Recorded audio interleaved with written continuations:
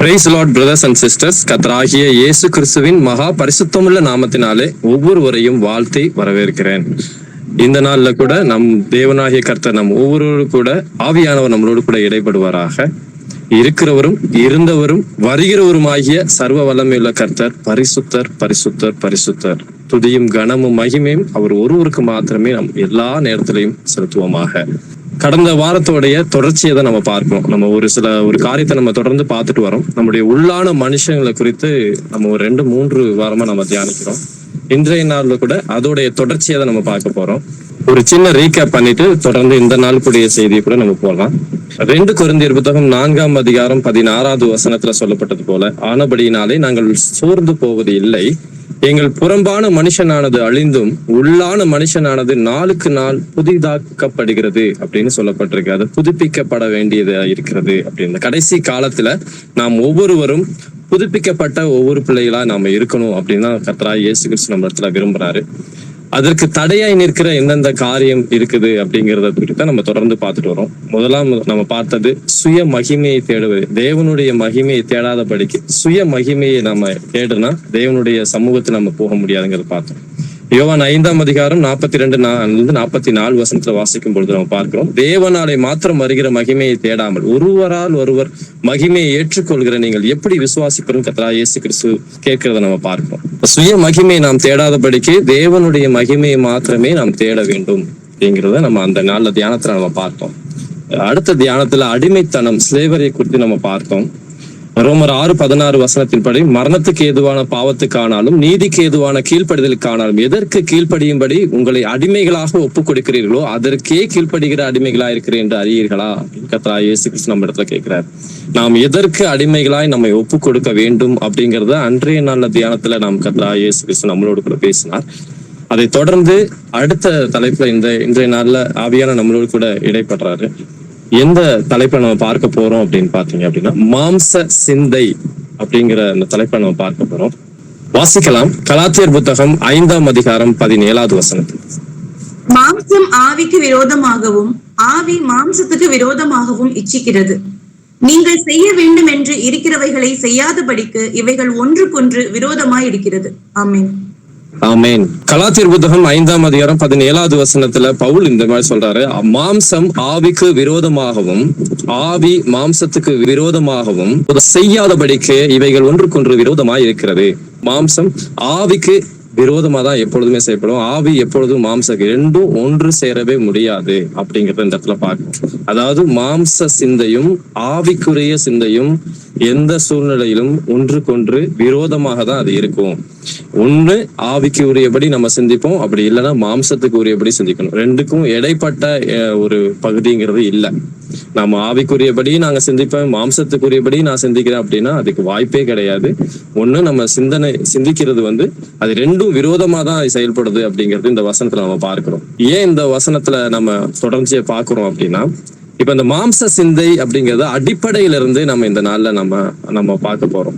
எங்க இருந்து அது ஆரம்பிச்சது, அது என்னென்னலாம் நம்ம வாழ்க்கையில நம்ம செஞ்சுக்கிட்டு இருக்கு, அதுல இருந்து நம்ம வெளியில வர்றதுக்கு எப்படிப்பட்ட சிந்தை நமக்குள்ள இருக்கணும் அப்படிங்கறத குறித்து ஆவியா நம்மளோட கூட பேச இருக்காரு.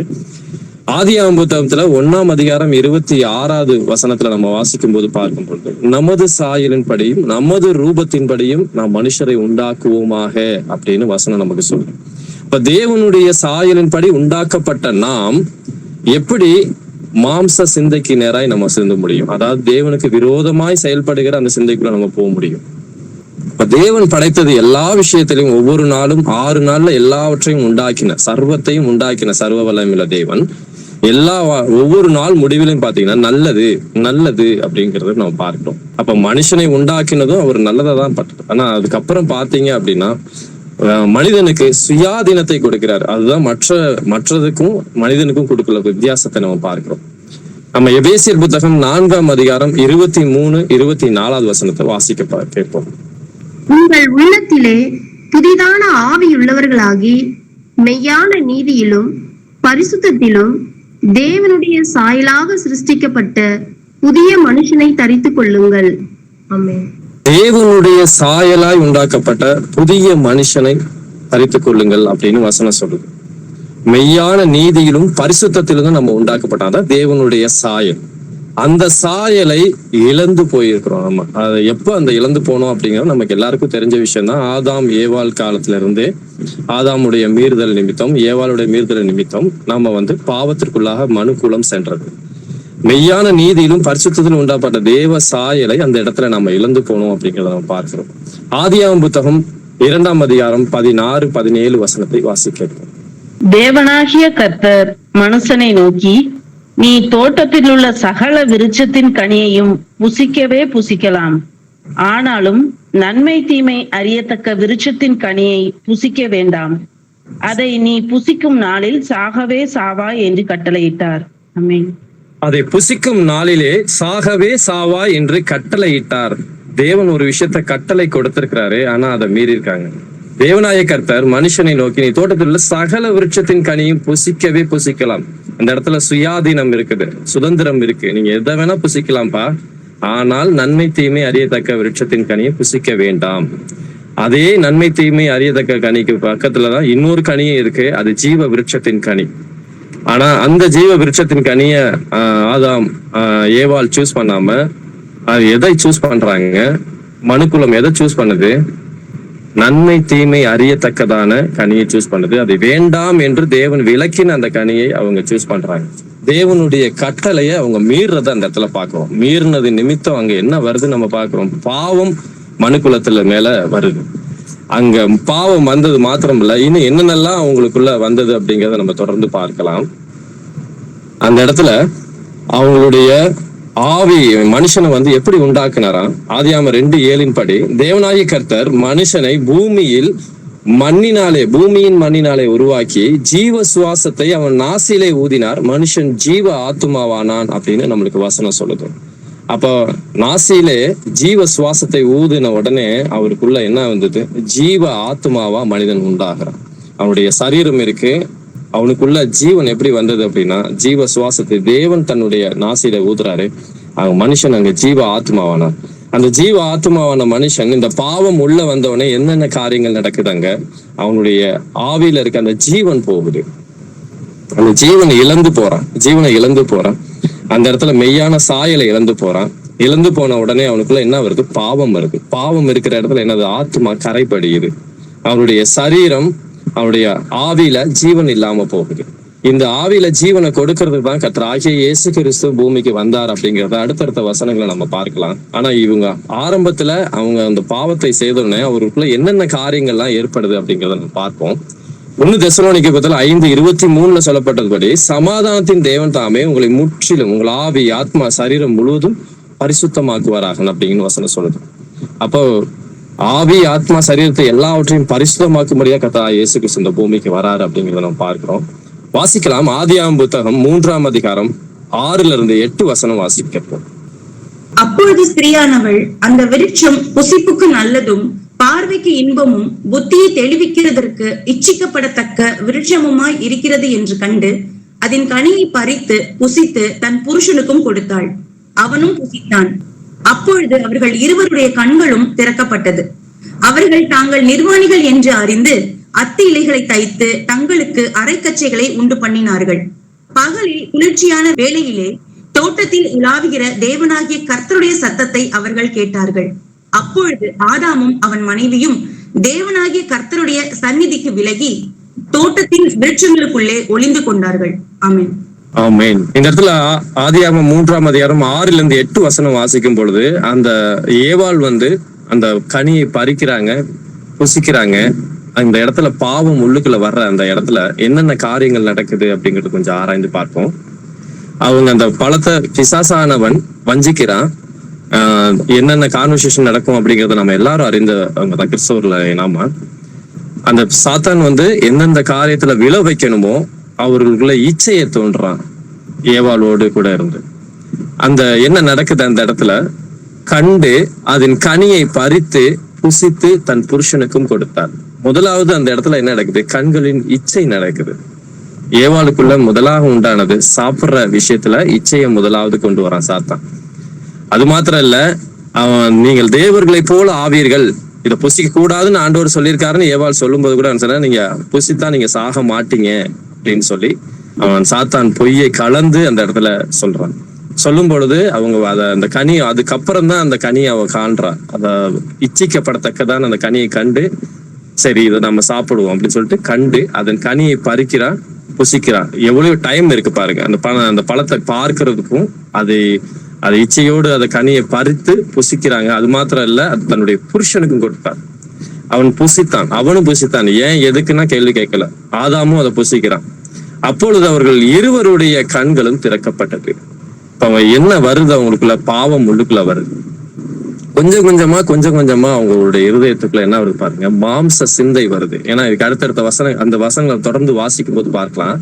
அவர்கள் தாங்கள் நிர்வாணிகள் என்று அறிந்து, அப்ப அது வரைக்கும் அவங்களுக்கு அந்த விஷயம் தெரியல. அத்தி இலைகளை தைத்து தங்களுக்கு அரை கட்சிகளை உண்டு பண்ணினார்கள். இப்பதான் முறையா தங்களுக்கு தாங்களே ஒரு காரியத்தை செய்து கொள்றாங்க. அவங்க எல்லா காரியத்துக்கும் அது வரைக்கும் தேவனை சார்ந்து இருந்தவங்க தங்களுக்கு தாங்களே அரைக்கச்சைகளை உண்டு பண்ணுகிறாங்க. அத்தி இலைகளை தைத்து தங்களுக்கு அரைக்கச்சைகளை அவர்களே உண்டு பண்ணுகிறார்கள் அப்படிங்கிறத நம்ம பார்க்கிறோம். அது மாத்திரம் இல்ல, பகலில் குளிர்ச்சியான வேளையில தோட்டத்தில் உலாவுகிற தேவனாகிய கர்த்தருடைய சத்தத்தை அவர்கள் கேட்டார்கள். தேவனுடைய சத்தத்தை அவங்க பாவத்துக்கு விழுந்ததுக்கு அப்புறமும் அவர் எவ்வளவு கிருபையான தேவன் பாருங்க. அப்ப கூட தேவனுடைய சத்தம் அவங்க காதுல கேக்குது. என் தேவனுக்கு தெரியாத இந்த காரியங்கள் நடந்திருக்கும் அப்படின்னு? கண்டிப்பா தெரிஞ்சிருக்கும். ஆனாலும் தேவன் சத்தத்தை கொடுக்கிறார். தேவனுடைய கர்த்தருடைய சத்தத்தை அவர்கள் கேட்டார்கள். அப்பொழுது ஆதாமும் அவன் மனைவியும் தேவனாகிய கர்த்தருடைய சந்நிதிக்கு விலகி தோட்டத்தின் விருட்சங்களுக்குள்ளே ஒளித்து கொண்டார்கள். யாரும் அவங்கள போய் ஒளிஞ்சுக்கங்க அப்படின்னு சொல்லல. அவங்களே என்ன செய்யறாங்க? ஒளித்து கொள்ளுறாங்க. அவருடைய சத்தத்தை கேட்டும் அவங்க என்ன செய்யறாங்க? கர்த்தருடைய சந்நிதிக்கு விலகுறாங்க. இன்றும் கூட கர்த்தருடைய சத்தத்தை ஒவ்வொரு நாளும் கடவுளுடைய வசனத்தின் மூலமாய் ஒவ்வொருத்தரோடு ஏதாவது ஒரு சூழ்நிலையில நம்மளோடு கூட இடைப்பட்டு கொண்டுதான் இருக்கிறார் ஆண்டவர். அந்த சத்தத்தை கேட்டுட்டு நான் தேவனுடைய சந்நிதிக்கு விலகிறது அப்படின்னா என்ன அர்த்தம்னா, ஒரு வார்த்தைக்கு கீழ்ப்படியாமல் விலகி போகணும்னு அர்த்தம். இந்த சத்தம் ஆண்டவர் எனக்கு உணர்த்துறாரு, இந்த விஷயத்துல நான் மாறணும்னு நினைக்கிறாரு. என்ன உள்ளான மனுஷன்ல நான் இன்னும் சரியா இல்லை, இன்னும் பலப்பட வேண்டியது இருக்கு. ஆவிக்குரிய காரியங்கள்ல நான் இன்னும் வளர வேண்டியது இருக்கு. இன்னும் கனி கொடுக்க வேண்டிய காரியத்துல நான் வளர வேண்டியது இருக்கு. நான் ஆவியானவர் அநேக சகோதரர்கள் மூலமாகவும், சத்தியத்தின் மூலமாகவும், வேத வசனங்களின் மூலமாகவும், ஜெபத்தின் மூலமாகவும் நம்மளோடு கூட இடைப்பட்டு கொண்டிருக்கிறாரு. அந்த கேட்கிற அந்த சத்தத்தை நாம் என்ன செய்யறோம்? அசட்டை செய்து இந்த சத்தத்துக்கு சந்நிதியை விலகி தோட்டத்தின் விருட்சங்களுக்குள்ளே தங்களை எப்படி அவங்க ஒளித்து கொண்டார்களோ அதே போலதான் இன்றும் நாம் அநேக விஷயங்களை நாமே ஒளித்து கொண்டிருக்கிறோம். இந்த நாள்ல கூட ஆவியானவர் நம்ம ஒவ்வொருவரும் கூட ஒவ்வொரு வசனங்களோடு பேசினால் அந்த காரியங்கள் நம்ம ஒப்பு கொடுத்து மனம் திரும்பும் பொழுது தேவனோடு இணைந்த அந்த எப்படி நம்ம ஆதாம் பாவத்திற்கு முன்பாக அவரோடு கூட சஞ்சரித்து கொண்டு அவரோடு கூட உறவாடி கொண்டிருந்தாங்க. அந்த உறவுக்குள்ள நம்ம ஆவியான நம்ம ஒவ்வொரு நாளும் வழிநடத்த அவர் வல்லவராக இருக்கிறார். எபிரேயர் புத்தகம் 3:12 நம்மளுக்கு சொல்லுது, ஜீவனுள்ள தேவனை விட்ட விலகுவதற்கு ஏதுவான பொல்லாத இருதய உங்கள் ஒருவருக்குள்ளும் இராதபடிக்கு எச்சரிக்கையா இருங்கள் அப்படிங்கிறார். எச்சரிப்பும் கொடுக்கிறார் ஆவியானவர். ஜீவனுள்ள தேவனை விட்டு விலகுவதற்கு ஏதுவான, அப்ப அது விலகுவதற்கு ஏதுவான எந்த காரியம் வாழ்க்கையில இருந்தாலும் சரி, என்னுடைய ஆவிக்குரிய வாழ்க்கையில இருந்தாலும் சரி, உலக காரியங்கள்ல இருந்தாலும் சரி, அந்த எல்லா காரியத்திலையும் விட்டு விலகுறதுக்கு நாம் தயாராக நாம் இருக்கணும் அப்படிங்கிறத நம்ம ஆண்டவர் எதிர்பார்க்கணும். அவருடைய சந்நிதியை விட்டு நாம் எந்த சூழ்நிலையும் விலகாதபடிக்கு நம்மை காத்து கொள்ள வேண்டிய இடத்துல நம்ம இருக்கணும். வாசிக்கலாம். அந்த இச்சையை குறித்து ஒரு சில காரியங்கள் பார்ப்போம். 1 யோவான் புத்தகம் 2ஆம் அதிகாரம் 16வது வசனத்தை வாசிக்க கேட்போம். ஏனெனில் மாம்சத்தின் இச்சையும் கண்களின் இச்சையும் ஜீவனத்தின் பெருமையும் ஆகிய உலகத்தில் உள்ளவைகள் எல்லாம் பிதாவினால் உண்டானவைகள் அல்ல, அவைகள் உலகத்தினால் உண்டானவைகள். ஆமென். ஆமென். ஏனெனில் மாம்சத்தின் இச்சையும் கண்களின் இச்சையும் ஜீவனத்தின் பெருமையும் ஆகிய உலகத்தில் உள்ளவைகள் எல்லாம். அப்ப இது எல்லாமே எங்கிருந்து வந்ததுதான்? தேவனிடத்திலிருந்து வந்த காரியம் அல்ல. இது எல்லாமே உலகத்திலிருந்து உண்டானவை. இந்த உலகத்தின் அதிபதி வருகிறான், என்னிடத்தில் ஒன்றும் இல்லை அப்படிங்கிறப்ப இந்த உலகத்தின் அதிபதி இங்க உலகத்துல பூமியில இருக்கிறான். அது எங்கிருந்து வந்ததுதான்? உலகத்திலிருந்து உண்டானவைகள். இது எங்கிருந்து வந்தது அல்ல, பிதாவினால் உண்டானவைகள் அல்ல, அவைகள் உலகத்தினால் உண்டானவைகள். மீண்டும் அழுத்தம் திருத்தமா சொல்றாரு. இந்த உலகத்திலிருந்து வர்ற காரியம் நம்மளுடைய மாம்சத்தின் இச்சைகள் இருந்துச்சுனாலும், கண்களினால் வருகிற இச்சையினாலும், ஜீவனத்தினால் வருகிற பெருமையினாலும் இந்த காரியங்கள்ல எந்த சூழ்நிலையிலாவது ஒரு துளி அளவாவது நம்மளுடைய வார்த்தையிலோ நம்மளுடைய செயலிலோ இருக்குது அப்படின்னா இது நாம் உலகத்தில தான் இருக்கிறோம், இன்னும் தேவனுக்குரிய காரியத்துக்குள்ள நம்ம வரல அப்படிங்கிறத நான் பார்க்கிறோம். வாசிக்கலாம் அடுத்த ஒரு வசனத்தையும். யாக்கோபு புத்தகம் 1 அதிகாரம் 15வது வசனத்தை. பின்பு இச்சையானது கர்ப்பந்தரித்து பாவத்தை பிறப்பிக்கும், பாவம் பூரணமாகும் போது மரணத்தை பிறப்பிக்கும். ஆமென். ஆமென். பின்பு யாக்கோபு சொல்றார் இந்த வார்த்தைய, இச்சையானது கர்ப்பம் தரித்து பாவத்தை பிறப்பிக்கும். நம்ம இச்சை நம்ம சர்வ சாதாரணமா நம்ம நினைக்கிறோம். அது என்ன செய்தான், ஒரு பெண்ணுக்கு எப்படி கரு உருவாகுதோ, அந்த உருவாகி 10 மாதம் வரைக்கும் அந்த வயிற்றுல இருக்குதோ, அதுக்கப்புறம் அது வெளிப்படுதோ, அதே போல வெளியில தெரியாம கூட அந்த இச்சைகள் என்ன ஆகுது, கொஞ்சம் கொஞ்சமா நம்மளை ஆட்கொண்டு அது பாவத்தை பிறப்பிக்கிற அளவு கொண்டு போய் சேர்க்கும். அந்த பாவம் பூரணமாகும் போது அது கடைசியா எங்க கொண்டு போய் சேர்க்குமா, மரணத்தை சேர்க்கும், பிறப்பிக்கும். மரணம்னா இந்த சரீர மரணத்தை குறிக்கல, ஆவிக்குரிய மரணத்தை. ஆவிக்குரிய மரணம் என்ற என்ன அர்த்தம் அப்படின்னா, தேவனை விட்டு முழுவதுமாய் நம்ம பிரிக்கப்படுறதுன்னு அர்த்தம். அதான் நம்ம மரணம். முதலாம் மரணத்திற்கு பங்கு உள்ளவன் 2ஆம் மரணத்துக்கு நம் பங்கு இல்லை அப்படின்னு வேதத்துல நம்ம வாசிக்கிறோம். அப்ப நம்ம தேவனை விட்டு எந்த இடத்துல நம்ம பிரிகிறோமோ அதுதான் பாவம் பூரணம் ஆகுது அப்படிங்கிறது இந்த வசனம் நம்ம கற்றுக் கொடுக்குது.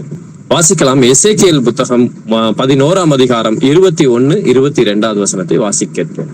ஆனாலும் சீ என்று இகழப்படத்தக்கதும் அருவருக்கப்படத்தக்கதுமான தங்கள் இருதயத்தின் இச்சையிலே எவர்கள் நடக்கிறார்களோ அவர்களுடைய வழியின் பலனை அவர்கள் தலைகளின் மேல் சுமர பண்ணுவேன் என்று கர்த்தராகிய ஆண்டவர் சொல்லுகிறார். அப்பொழுது கேருபீன்கள் தங்கள் செட்டைகளை விரித்து எழும்பின, சக்கரங்களும் அவைகளுக்கு அருகே சென்றன. இஸ்ரவேலின் தேவனுடைய மகிமை அவைகளின் மேலே உயர இருந்தது. ஆமென். இந்த இடத்துல எருசலேமை விட்டு கர்த்தருடைய மகிமை விலகி செல்றது அப்படிங்கறத நம்ம பார்க்கிறோம். அவர்களை வழி நடத்தி வந்த தேவன் கொஞ்சம் விலகி போறாரு. அது ஏன் அப்படிங்கறத அந்த வசனம் ஆரம்பத்துல சொல்லப்பட்டிருக்கு. சீ என்று அகலப்படத்தக்கதும், எது நம்மளுக்கு அருவருக்கப்படத்தக்கதும் அப்படின்னு அர்த்தம் வந்தது. சீ என்று அகலப்படத்தக்கதும் அருவருக்கப்படத்தக்கதுமான தங்கள் இருதயத்தின் இச்சையில. இச்சைக்கு இவ்வளோ டெபினிஷன் தேவையா? சாதாரண இச்சை தான், ஒரு விஷயத்த விரும்புறது, ரொம்ப ஆசைப்படுறது, இது இல்லைன்னா என் வாழ்க்கையே இல்லை அப்படின்னு நினைக்கிற லெவல் போறது. கர்த்தருடைய சித்தம் என்ன, அவருடைய விருப்பம் என்ன அப்படிங்கறத அல்லாதபடிக்கு இந்த உலகத்திற்குரிய காரியத்தில் எதுவாக இருந்தாலும் சரி, அந்த விஷயத்துல தேவனுடைய பார்வையில எப்படின்னு இருக்குதான், சீ என்று இகழப்படத்தக்கதும் அருவருக்கப்படத்தக்கதுமான தங்கள் இருதயத்தின் இச்சையில எவர்கள் நடக்கிறார்களோ, கண்டிஷன், அவர்களுடைய வழியின் பலனை அவர்கள் தலையின் மேல் சுமர பண்ணுவேன். ரொம்ப கண்டிஷனான ஆண்டவர் சொல்ற வார்த்தையா இருக்கு என்று கர்த்தராகிய ஆண்டவர் சொல்லுகிறார். அப்பொழுது கேருபீன்கள் தங்கள் சட்டைகளை விரித்து எழும்பினர். தேவ தூதர்களின் பாதுகாப்பு முதல்ல என்ன செய்து எழும்பிற்று, வெளியில போறாங்க. அது மாத்திரம் இல்ல, சக்கரங்களும் அவைகளுக்கு அருகே சென்றன. இஸ்ரவேலின் தேவனுடைய மகிமை அவைகளின் மேல் உயர இருந்ததாம். அதாவது தேவனுடைய மகிமை அவங்கள உயர போயிடுச்சு, அவர் விட்டு விலகி வெளியே போகுது. அவருடைய கரத்துலதான் அவர் வழி நடத்தி கொண்டு வரார் இஸ்ரவேல் ஜனங்களை. ஆனா அவங்க இச்சையில விழுந்து போறப்ப என்ன செய்யறாங்க, அவருடைய கரம் வெளியே போகுது அப்படிங்கிறத இந்த வசனம் நமக்கு உறுதிப்படுத்துது. இப்ப நம்ம சாதாரண ஒரு விஷயம் எடுக்கிறது கூட இந்த இடத்துல எவ்வளவு ஒரு தேவனை விட்டு பிரிகிற ஒரு காரியமா இருக்குது அப்படிங்கிறத நம்ம பார்க்கிறோம். வாசிக்கலாம் ஓசியா புத்தகம் 6ஆம் அதிகாரம் 7வது வசனத்தை. அவர்களோ ஆதாமை போல் உடன்படிக்கையை மீறி எனக்கு விரோதமாய் துரோகம் பண்ணினார்கள். ஆமென். ஆமென். இந்த இடத்துல அவர்களோ ஆதாமை போல் உடன்படிக்கையை மீறி அப்படிங்கறத நம்ம பார்க்கிறோம். அங்க எனக்கு விரோதமாய் துரோகம் பண்ணினார்கள் அப்படின்னு. ஆதாமோடு இயேசு கிறிஸ்து, அதாவது தேவன் உடன்படிக்கை பண்ணாரா ஏதாவது? அந்த இடத்துல அந்த மீனிங்ல அதை சொல்லப்படல. அந்த இடத்துல என்ன சொல்றாரு, ஆதாமை போல் உடன்படிக்கை மீறி அப்படின்னா, ஆதாம் எந்த இடத்துல கீழ்ப்படியாமை போனாரோ அதே போல இஸ்ரவேல் ஜனங்கள் கீழ்ப்படியாமல் உடன்படிக்கையை மீறி. அப்ப ஒரு பழி சொல்லாக அந்த ஆதாம் அந்த இடத்துல வந்தாரு. ஒரே ஒரு பாவத்துக்குள்ள விழுந்து கீழ்ப்படியாமைக்குள்ள போனாரு, தேவனுடைய சத்தத்தை செவி கொடுக்காம போனாரு. அதுக்கு எப்படி ஒரு பழிச்சல் பாருங்க, ஆதாமை போல ஒரு வார்த்தை பாவம் செஞ்சுட்டான், ஒரு தடவை திருடிட்டான் அப்படின்னா அந்த பயல அவனை போலவா இந்த காரியத்தை நீ செஞ்ச அப்படின்னு நம்ம சொல்லுவோம்ல. அது போல ஆதாம் செஞ்ச பாவ மீறுதலை நிமித்தம் அவர்கள் கீழ்ப்படியாமை போன நிமித்தம் உடன்படிக்கையை மீறி அவர்கள் அங்கே எனக்கு விரோதமாய் துரோகம் பண்ணினார்கள் பார்ப்போம். அதே போல யோபு புத்தகம் 31 அதிகாரம் 33 பாத்தீங்க அப்படின்னா, ஆதாமை போல என் மீறுதலை மூடி என் அக்கிரமத்தை என் மடியிலே ஒளித்து வைத்தேனோ அப்படின்னு யோபு கேட்கறத நம்ம பார்க்கிறோம். அப்ப அந்த இடத்துலயும் பாருங்க, ஆதாமை போலவா நான் மீறுதலை மூடி, அதாவது அவன் செஞ்ச குற்றத்தை, அவன் என்ன செஞ்சான், பாவத்தை தன்னை ஒளித்து கொண்டார் அப்படிங்கிறத பாக்குறோம். தேவனுடைய சத்தத்தை கேட்டு அவருடைய சமூகத்தை விட்டு விலகி ஓடுறாங்கன்னு பாக்குறோம். அவன் உடனே அவன் என்ன செஞ்சிருக்கலாம், அந்த ஆதாம் என்ன செஞ்சிருக்கலாம், ஏவாள் என்ன செஞ்சிருக்கலாம், தேவனுடைய சத்தத்தை கேட்ட உடனே இவங்க ஓடி போய், ஆண்டவரே நாங்க பாவம் செஞ்சுட்டோம், எங்களை மன்னிச்சிருங்க, நான் தெரியாம நீங்க சொன்னீங்க இந்த பழத்தை சாப்பிடக்கூடாது, நன்மை தீமை அறியத்தக்க பழம் உண்டா சாப்பிடக்கூடாது நீங்க சொன்னீங்க, ஆனால் நாங்க கீழ்ப்படியாம அந்த காரியத்தை செஞ்சுட்டோம்னு மன்னிப்பு கேட்டிருந்தால், ஒருவேளை அந்த இடத்துல ஆண்டவர் மன்னிக்க அவர் வல்லவரா இருக்க. அவரு நேற்றும் இன்றும் என்றும் மாறாத தேவன். நம்முடைய பாவங்கள் எல்லாவற்றையும் மன்னித்தவர். அந்த நேரத்துல அவங்க பாவத்தை மன்னிச்சிருப்பாரு. ஆனா அவங்க அதை தேர்ந்தெடுக்கல. அவங்க தங்களை காத்து கொள்ளும்படியா ஒளித்து கொண்டார்கள். தேவனுடைய சமூகத்தை விட்டு விலகி போகணும்னு பார்த்துட்டாங்க. அப்ப அதனாலதான் இந்த யோபு புத்தகத்துல வாசிக்கும் போது, ஆதாமை போல என் மீறுதல்களை மூடி அப்படிங்கிறத பாக்குறோம். நான் பாவம் செஞ்சுட்டேன், மீறுதல் செஞ்சுட்டேன், அதை நான் மூடி மறைக்கிறேன், ஆதாமை போல மூடி மறைக்கிறேன் அப்படின்னு சொல்றாரு.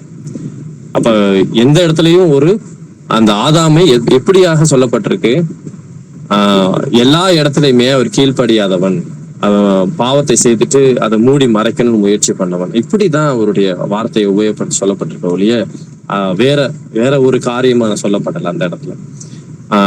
எதனால அவங்க அந்த கீழ்ப்படியாமைக்குள்ள போனாங்க அப்படின்னு பாத்தீங்க அப்படின்னா, பாவம் அவர்களுக்கு வந்தது, அவர்கள் தேவனை விட்டு பயந்து ஓடினார். வாசிக்கலாம் 1 சாமுவேல் புத்தகம் 12 அதிகாரம் 15வது வசனத்தை வாசிக்கிறோம். நீங்கள் கர்த்தருடைய சத்தத்திற்கு கீழ்ப்படியாமல் கர்த்தருடைய வாக்குக்கு விரோதமாய் கலகம் பண்ணினீர்களானால், கர்த்தருடைய கை உங்கள் பிதாக்களுக்கு விரோதமாய் இருந்தது போல உங்களுக்கும் விரோதமாய் இருக்கும். ஆமென். ஆமென். கர்த்தருடைய சத்தத்திற்கு கீழ்ப்படியாமல் கர்த்தருடைய வாக்கு, அதாவது அவருடைய வார்த்தைக்கு விரோதமாய் கலகம் பண்ணீர்கள், ஆனால் அவர் சொன்ன வார்த்தைக்கு எகெயின்ஸ்டா நாம செயல்பட்டோம் அப்படின்னா, கர்த்தருடைய கை உங்கள் பிதாக்களுக்கு விரோதமா இருந்தது போல. ஆதியிலிருந்து அவரு செஞ்சுக்கிட்டு இருக்க அதே காரியத்தை தான் இன்றைய நாள் முதற்கொண்டு நாம் அவருடைய சத்தத்திற்கும் அவருடைய வார்த்தைக்கும் கீழ்ப்படியாது போனோம் அப்படின்னா, இன்றைய வார்த்தை அது அவர் எப்படி கர்த்தருடைய கை பிதாக்களுக்கு விரோதமா இருந்துச்சோ அதே போல உங்களுக்கும் விரோதமா இருக்கும் அப்படிங்கறத அந்த இடத்துல அவர் சொல்றாரு. அப்ப இந்த வார்த்தை இன்றும் நமக்கு தான். வாசிக்கலாம் ரோமர் புத்தகம் 8 அதிகாரம் 7வது வசனத்தை வாசிக்கிறோம். எப்படி என்றால், மாம்ச சிந்தை தேவனுக்கு விரோதமான பகை. அது தேவனுடைய நியாய பிரமாணத்திற்கு கீழ்ப்படியாமலும் கீழ்ப்படிய கூடாமலும் இருக்கிறது. ஆமென். ஆமென். எப்படி என்றால், மாம்ச சிந்தை தேவனுக்கு விரோதமான பகை. அது தேவனுடைய நியாய பிரமாணத்திற்கு கீழ்ப்படியாமலும் கீழ்ப்படிய கூடாமலும் இருக்கிறது அப்படிங்கிறத பார்க்கிறோம். இந்த அதிகாரம் முழுவதும் 8ஆம் அதிகாரம் முழுவதும் நம்ம பார்த்தீங்க அப்படின்னா, மாம்ச சிந்தைக்கும் ஆவிக்குரிய சிந்தைக்கும் உள்ள என்ன வித்தியாசம், மாம்ச சிந்தை நான் செயல்பட்டோம் அப்படின்னா எந்தெந்த இடத்துல நம்ம விழுந்து போவோம் அப்படிங்கிற காரியத்துல நிறைய வசனங்கள் அதில் மேற்கோள் காட்டி சொல்லப்பட்டிருக்கும். விசேஷமா இந்த வசனம் எப்படி என்றால், மாம்ச சிந்தை தேவனுக்கு விரோதமான அது பகையாக இருக்கிறது. அது தேவனுடைய நியாய பிரமாணத்துக்கு அவருடைய வார்த்தைக்கு கீழ்ப்படிய விடாது. கீழ்ப்படியாமலும் கீழ்ப்படிய கூடாமலும் நாமளே கீழ்ப்படியணும்னு நினைச்சாலும் அது கீழ்ப்படிய விடாது. இந்த மாம்ச சிந்தை அப்படிங்கிறது நமக்குள்ள இருந்தது அப்படின்னா, உலகத்திற்குரிய சிந்தை, அந்த உலகத்துக்குரியதான சிந்தை நமக்குள்ள, உலக இச்சை, உலகத்தில் பாவங்கள், இந்த காரியங்கள்லாம் நம்மளை நெருக்கி ஏவும் போது அதற்கு நாம கீழ்ப்படுகிறோம் அப்படின்னா, அந்த மாம்ச சிந்தை கடவுளுடைய வார்த்தைக்கு செவி கொடுக்கவே விடாது. இன்னைக்கும் அநேகர் கடவுளை அறியாதவர்கள் சரி, ஒரு சில பேரை கர்த்தருடைய வார்த்தை எவ்வளவு சொன்னாலும் அசட்டை செய்வாங்க, விட்டு விலகி போவாங்க. அவங்கெல்லாம் பாத்தீங்கன்னா தேவ பெருமையிலையும் உலக சிந்தையிலும் மாம்ச சிந்தையிலையும் அதிகமா அவங்களால ஆட்கொள்ளப்பட்டிருப்பாங்க. அவங்களால எந்த ஒரு நல்ல விஷயங்களும் அவங்களால கேட்க முடியாது. கடவுளுடைய வார்த்தையை சொன்னாலே அவங்க என்ன செய்வாங்க, பரியாசம் பண்ணுகிறவர்களா இருப்பாங்க. சோ அந்த வார்த்தை, கடவுளுடைய வார்த்தைக்கு நான் எவ்வளவு வசனங்கள் வாசித்தாலும் அந்த வசனத்துக்கு கீழ்ப்படிய விடாதபடிக்கு, அது நம்ம வாழ்க்கையில செயல்படுத்த விடாதபடிக்கு செய்யறது எது அப்படின்னு பாத்தீங்கன்னா, இந்த மாம்ச சிந்தை, மாம்ச செயல்பாடு, சிந்தனைகள் அப்படிங்கிறத நம்ம பார்க்கிறோம். வாசிக்கலாம் ரோமர் 5 அதிகாரம் 19வது வசனம். அன்றியும் ஒரே மனுஷனுடைய கீழ்ப்படியாமையினாலே அநேகர் பாவிகள் ஆக்கப்பட்டது போல ஒருவருடைய கீழ்ப்படிதலினாலே அநேகர் நீதிமான்கள் ஆக்கப்படுவார்கள். ஆமென். ஆமென். அன்றியும் ஒரே மனுஷனுடைய கீழ்ப்படியாமல், அதாவது ஆதாமுடைய கீழ்ப்படியாமல அநேகர் பாவிகள் ஆக்கப்பட்டது போல ஒருவருடைய, அதாவது கர்த்தராகிய இயேசு கிறிஸ்துவின் கீழ்ப்படிதலினாலே அநேகர் நீதிமான்கள் ஆக்கப்படுவார்கள். அப்ப ஒரே மனுஷனுடைய கீழ்ப்படிதல் என்ன கற்றுக் கொடுத்திருக்கு நமக்கு? நம்ம எல்லா விஷயத்திலும் கடவுளுடைய வார்த்தைக்கு கீழ்ப்படிய வேண்டும். அவர் மாம்சத்துல வெளிப்பட்டதோட நோக்கம் என்ன? நாம் எல்லாவற்றிலும் அவருக்கு முன்மாதிரியாக இந்த பூமியில மனிதனாய் பிறந்து இந்த பாவ உலகத்துல அவருடைய சரீரத்தை பத்தி சொல்லும்போது அவருடைய நம்மை போல பாவ சரீரத்தோடு இந்த பூமியில வாழ்ந்தாராம். நம்மை போலவே அடிச்சா வலிக்கும், நம்மை போலவே பசி இருக்கும், நம்மை போலவே தூக்கம், எல்லாவற்றிலும் துக்கம், கவலை, எல்லா விஷயமும் அவருக்குள்ள இருந்தால் அவர் மனிதனை போலவே இந்த பூமியில அந்த சர்வ வல்லமை உள்ள தேவன் மனிதனா இந்த பூமியில வெளிப்பட்டு நம்மை போலவே பாட அனுபவித்தார். நம்மை போலவே அவர்களுக்கு எல்லா பிரச்சனைகளும் அவருக்கு இருந்தது. அதன் மத்தியிலையும் தேவன், அவர் சர்வத்தையும் படைத்த அந்த தேவன் பாவம் இல்லாதபடிக்கு, எனில் பாவம் உண்டென்று யார் என்னை குற்றப்படுத்த முடியும்? கடைசி காலத்துல அவர் கேட்கிறாரு. அப்ப ஒரு துளி அளவு பிறப்பிலையும் பாவம் இல்லை, அவருடைய பூமியில அவர் வார்த்தையிலும் பாவம் இல்லை. அநேக இடத்துல அவர் செய்யும் பொழுது, அற்புத அடையாளங்களை செய்யும் பொழுது, எந்த சூழ்நிலையிலுமே அவர் தேவனுடைய நாமத்தை மகிமைப்படுத்தும்படியாக அந்த பூமியில வாழ்ந்தார். அதே போல அவர் எல்லா விஷயத்திலையும் அவர் அநேக இடத்துல நியாயப்பிரமாணத்தோட வசனத்தையும் அவர் மேற்கோள் காட்டுறார். என்னை பற்றி சொல்லி இருக்குது, இந்த வார்த்தையின்படி நீ நியாயப்பிரமாணத்தை என்னத்தை கற்றுக்கொண்ட, அவன் தேவனாய கர்த்தரிடத்துல முழு இருதயத்தோடும் முழு ஆத்மாவோடும் முழு பலத்தோடும் அன்பு கூறுவாயாகன்னு சொல்லப்பட்டிருக்குன்னு சொல்லும் பொழுது அவர் சொல்றாரு, அப்ப உன்னிடத்தில் நீ அன்பு கூறுவது போல பிறனிடத்திலும் அன்பு கூறுவாயாக என்ற வார்த்தையில முழுவதுமாய் அடங்கி இருக்கிறது, ஒரே தொகையாய் இருக்கிறது அப்படின்னு சொல்லி அவர் முடிக்கிறார். அப்ப நியாயப்பிரமாணம் சொல்ல கடவுளுடைய வார்த்தைக்கு நாம் எல்லா இடத்திலும் கீழ்ப்படிய வேண்டும் என்பதுதான் அதை வாழ்ந்து காட்டி கொண்டு போனார் கர்த்தராகிய இயேசு கிறிஸ்து. வாசிக்கலாம் தீத்து புத்தகம் 3ஆம் அதிகாரம் 3வது வசனத்தை.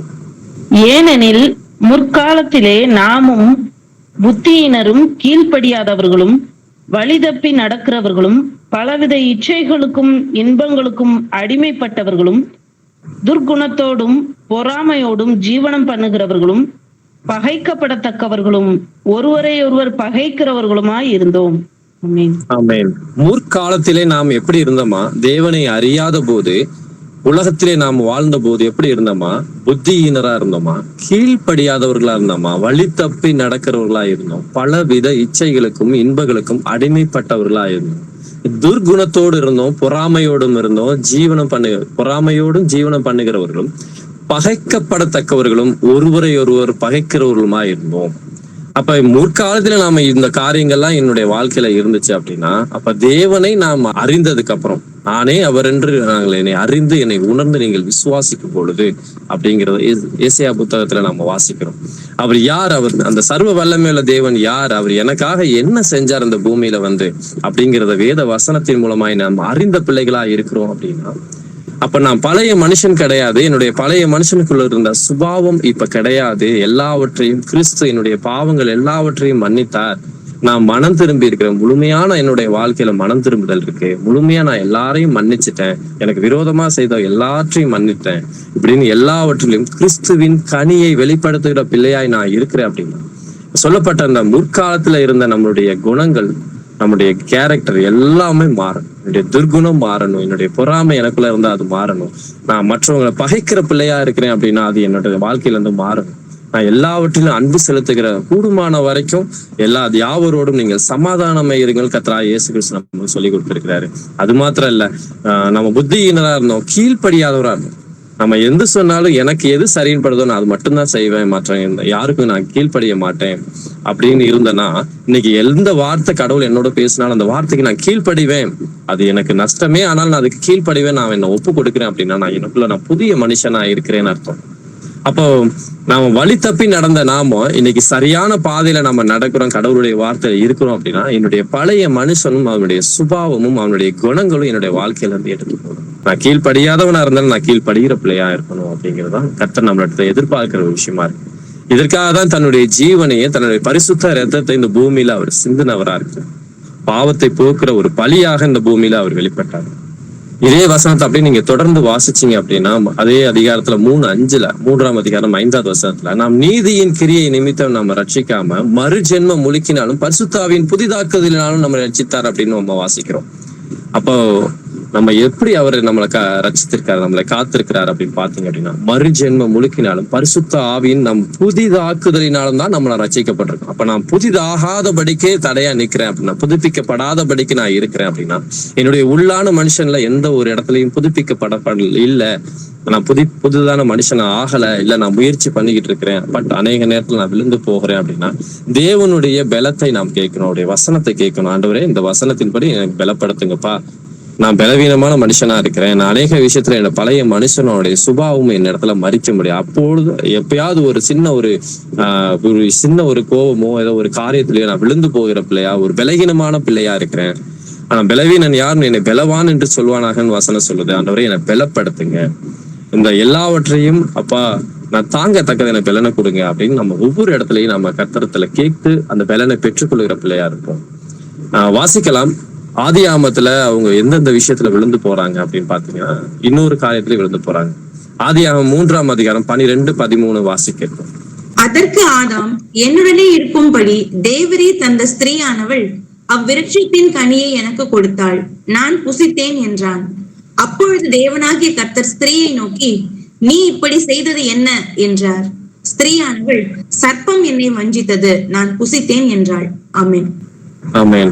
2வது வாய்ப்பும் கொடுக்கிறார். முதல் வாய்ப்பு, தேவனுடைய சத்தத்தை கேட்ட உடனே அவங்க போய் மனம் திரும்பி மன்னிப்பு கேட்டிருந்தாங்க அப்படின்னா அந்த இடத்துல தேவன் மன்னிக்க அவர் வல்லவரா இருக்கிறாரு. பட் அதை அவங்க தேர்ந்தெடுக்கல.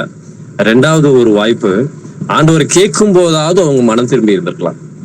அப்ப அவங்க என்ன செஞ்சுட்டாங்க, அதற்கு ஆதாம், என்னுடனே இருக்கும்படி தேவரீர் தந்த ஸ்திரீயானவள் அவ்விருட்சத்தின் கனி எனக்கு கொடுத்தார். ஆண்டவரே, நான் கனியை எடுத்து புசிக்கல, எனக்கு நீ கொடுத்தீங்கல்ல, அந்த ஸ்திரீ தான் இந்த கனி எனக்கு கொடுத்தா, நான் சாப்பிட்டேன். உடனே நான் புசித்தேன் என்றான். அப்பொழுது தேவநாயகத்தை ஸ்திரீயை நோக்கி, இப்பதான் ஏவாளை நோக்கி கேட்கிறாங்க, நீ இப்படி செய்தது என்ன அப்படின்னு கேட்கும்போது, ஸ்திரீயானவளும் அவ என்ன சொன்னா, சர்ப்பம் என்னை வஞ்சித்தது, நான் புசித்தேன் அப்படின்னா, நான் பாவம் செஞ்சுட்டேன் ஆண்டவரே, உங்களுடைய வார்த்தைக்கு நாங்க கீழ்ப்படியாம விட்டுட்டோம், நீங்க சொன்னீங்க எங்களுக்கு தெரியும், பட் நாங்க அதை கீழ்ப்படியல, எங்களை மன்னிச்சிருங்க ஆண்டவரேன்னு சொல்றதுக்கு வாய்ப்பு இருந்தும் அவங்க எதை தேர்ந்தெடுத்தாங்க, அந்த பாவமான அந்த உலகத்தை தான் அவங்க தேர்ந்தெடுத்தாங்க, மாம்ச சிந்தையை தான் அவங்க தேர்ந்தெடுத்தாங்க. சோ ஆண்டவர் நம்மளுக்கு ஒவ்வொரு இடத்துலயும் வாய்ப்புகள் கொடுக்கும் பொழுது உடனே நம்ம மனம் திரும்பாதபடிக்கு அதுக்கு ஒரு காரணத்தையும் மற்றவர்களை காரணத்தையும் நம்ம சொல்லிட்டு இருக்கிறோம் அப்படின்னா, இந்த இடத்துலயும் அந்த இடத்துல நான் வசனத்தின்படி நாம என்ன செய்யறோமா, நான் செய்யல, இன்னொருத்தவங்களை மற்றவங்க இதுதான் காரணம், இவங்கதான் காரணம், நான் கோவப்பட்டதுக்கு காரணம் இவங்கதான், நான் கீழ்ப்படியாம இருக்கிறதுக்கு காரணம் இவங்கதான், நான் மனம் திரும்பாம இருக்கிறதுக்கு காரணம் இவங்கதான், மற்றவர்களை கடவுளுடைய வார்த்தையை கேட்டும் மனம் திரும்பாதபடிக்கு மற்றவர்களை நாம் குறை சொல்லுகிற பிள்ளைகளா இருந்தோம் அப்படின்னா, இந்த வார்த்தை நமக்கு தேவனுடைய சத்தத்துக்கு கீழ்ப்படியாதபடிக்கு தேவன் விலகி செல்கிறதா நம்ம பார்க்கிறோம். வாசிக்கலாம். மத்தேயு புத்தகம் 7 அதிகாரம் 1-3 இயேசு கிறிஸ்து இந்த வார்த்தையை எப்படி சொல்றாருன்னு பார்க்கலாம். நீங்கள் குற்றவாளிகள் என்று தீர்க்கப்படாதபடிக்கு மற்றவர்களை குற்றவாளிகள் என்று தீர்க்காதிருங்கள், ஏனெனில் நீங்கள் மற்றவர்களை தீர்க்கிற தீர்ப்பின்படியே நீங்களும் தீர்க்கப்படுவீர்கள், நீங்கள் மற்றவர்களுக்கு அளக்கிற அளவின்படியே உங்களுக்கும் அளக்கப்படும். நீ உன் கண்ணில் இருக்கிற உத்தரத்தை உணராமல் உன் சகோதரன் கண்ணில் இருக்கிற துரும்பை பார்க்கிறது என்ன? ஆமென். ஆமென்.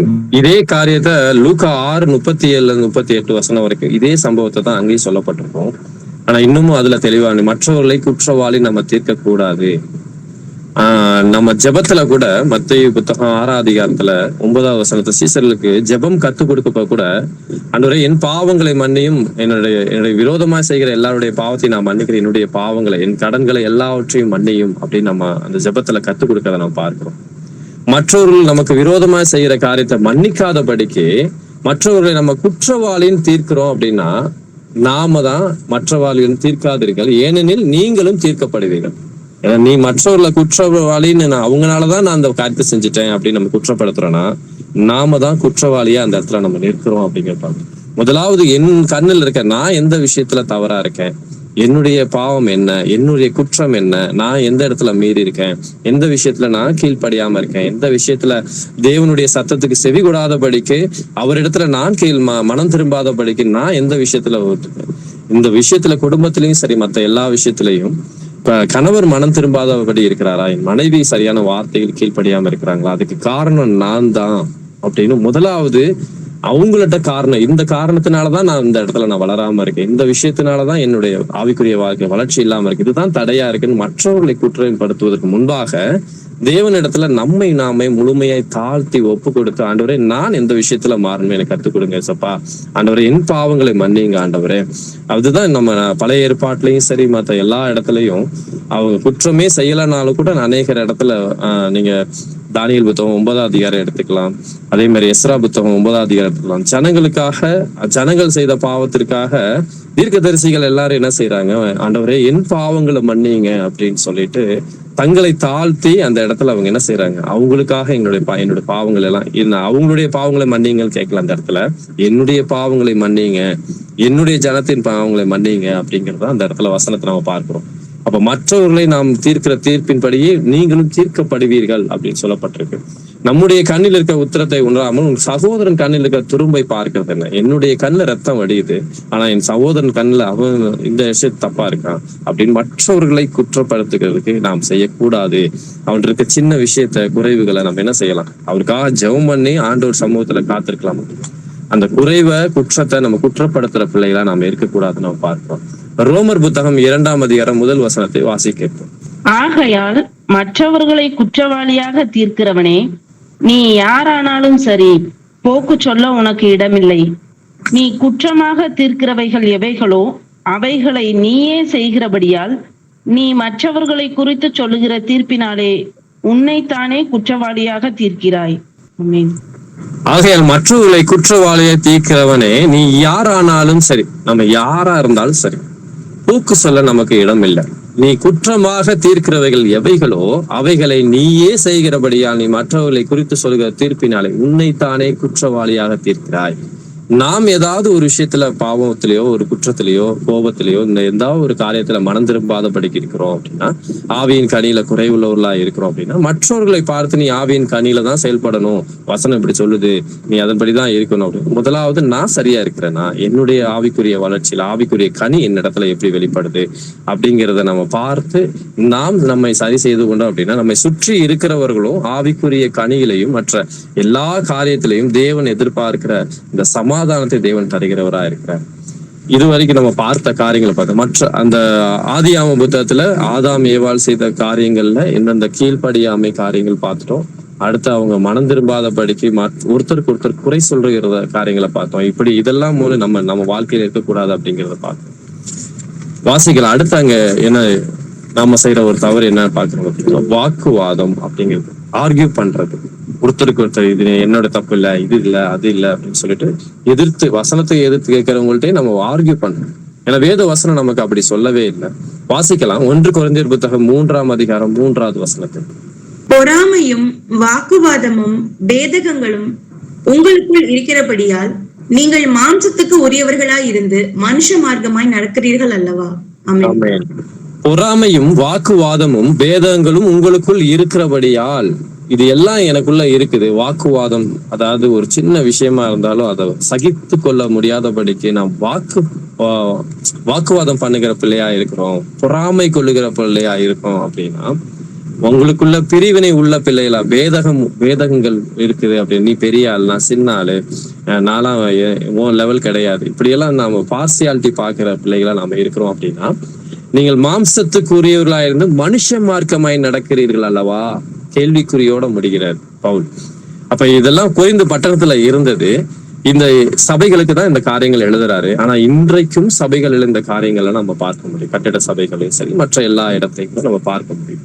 இந்த காரியங்கள் நம்முடைய வாழ்க்கையில இருந்தாலும் நாம எப்படிப்பட்டவங்களா இருக்கிறோமா, மாம்சத்துக்குரியவரா தான் இருக்கிறோம். இன்னும் நாம் கர்த்தர் எதிர்பார்க்கிற ஆவிக்குரிய பிள்ளைகளுக்குள்ள நம்ம வரல அப்படிங்கிறத நம்ம பார்க்கிறோம். வாசிக்கலாம் இன்னொரு வசனம் கூட, 1 கொரிந்தியர் புத்தகம் 11ஆம் அதிகாரம் 16வது வசனம்.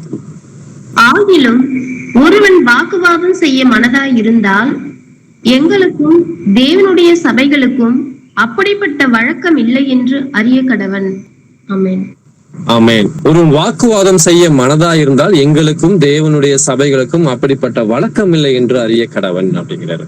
நீ வாக்குவாதம் செஞ்சு ஒரு காரியத்தை சாதிக்கணும்னு நினைச்சு நம்ம இடத்துல வந்தாங்க அப்படின்னாலும் நாம இதெல்லாம் நாங்க வாக்குவாதம் செய்ய மாட்டோம், கர்த்தருடைய பிள்ளை, நான் இந்த காரியத்துக்கு உடன்பாடு இல்லை, கர்த்தருடைய வசனம் இப்படி சொல்லுது, நான் வாக்குவாதம் செய்ய மாட்டேன் அப்படின்னு சொல்லிட்டு எங்க சபைகளுக்கும் என்னை சுற்றி இருக்கிற என்னுடைய சபைக்கும் விசுவாசிகளுக்கும் சீசர்களுக்கும் அப்படிப்பட்ட வழக்கமே இல்லை. அப்படிப்பட்ட ஆளுங்களே நாங்க கிடையாதுப்பா, அதை முதல்ல நீ தெரிஞ்சுக்கோ அப்படின்னு சொல்லி பவுல் சொல்றாரு. அநேக இடத்துல இன்னும் ஒரு சில வசனங்கள்லாம் கூட அவர் நிறைய இடத்துல வாக்குவாதம் செய்யக்கூடாது, இது தேவனுக்கு பிரியம் இல்லை அப்படிங்கிறது. 2 கொரிந்தியர் புத்தகம் 10வது அதிகாரம் 5ஆம் வசனத்துக்குள்ள நம்ம வாசிக்கும் போது பார்த்தா, எந்த எண்ணங்களையும் கிறிஸ்து இயேசுக்கு நேராய் சிறைப்படுத்துகிற பிள்ளையா நாம இருக்கணும் அப்படின்னு வசனம் இருக்கும். அந்த வசனத்தை கூட என்ன செய்வாங்க, ஒரு சில பேர் அப்போலஜெட்டிக்ஸ்ங்கிற பேர்ல என்ன செய்வாங்க, கடவுளுடைய வார்த்தைக்கு எகெயின்ஸ்டா எழும்புற எல்லாத்தையும் நாங்க கர்த்தருக்கு நேராய் திருப்புகிறோம், நாங்க வசனத்தின்படிதான் நாங்க ஊழிய செய்யறோம் அப்படின்னு கூட இன்னைக்கு அநேகர் இருக்கிற செயல்படுறதை நம்ம பார்க்கிறோம். அது அந்த வசனத்துல அந்த நோக்கத்திலேயே ஆண்டவர் அதை எழுதிக்காரு.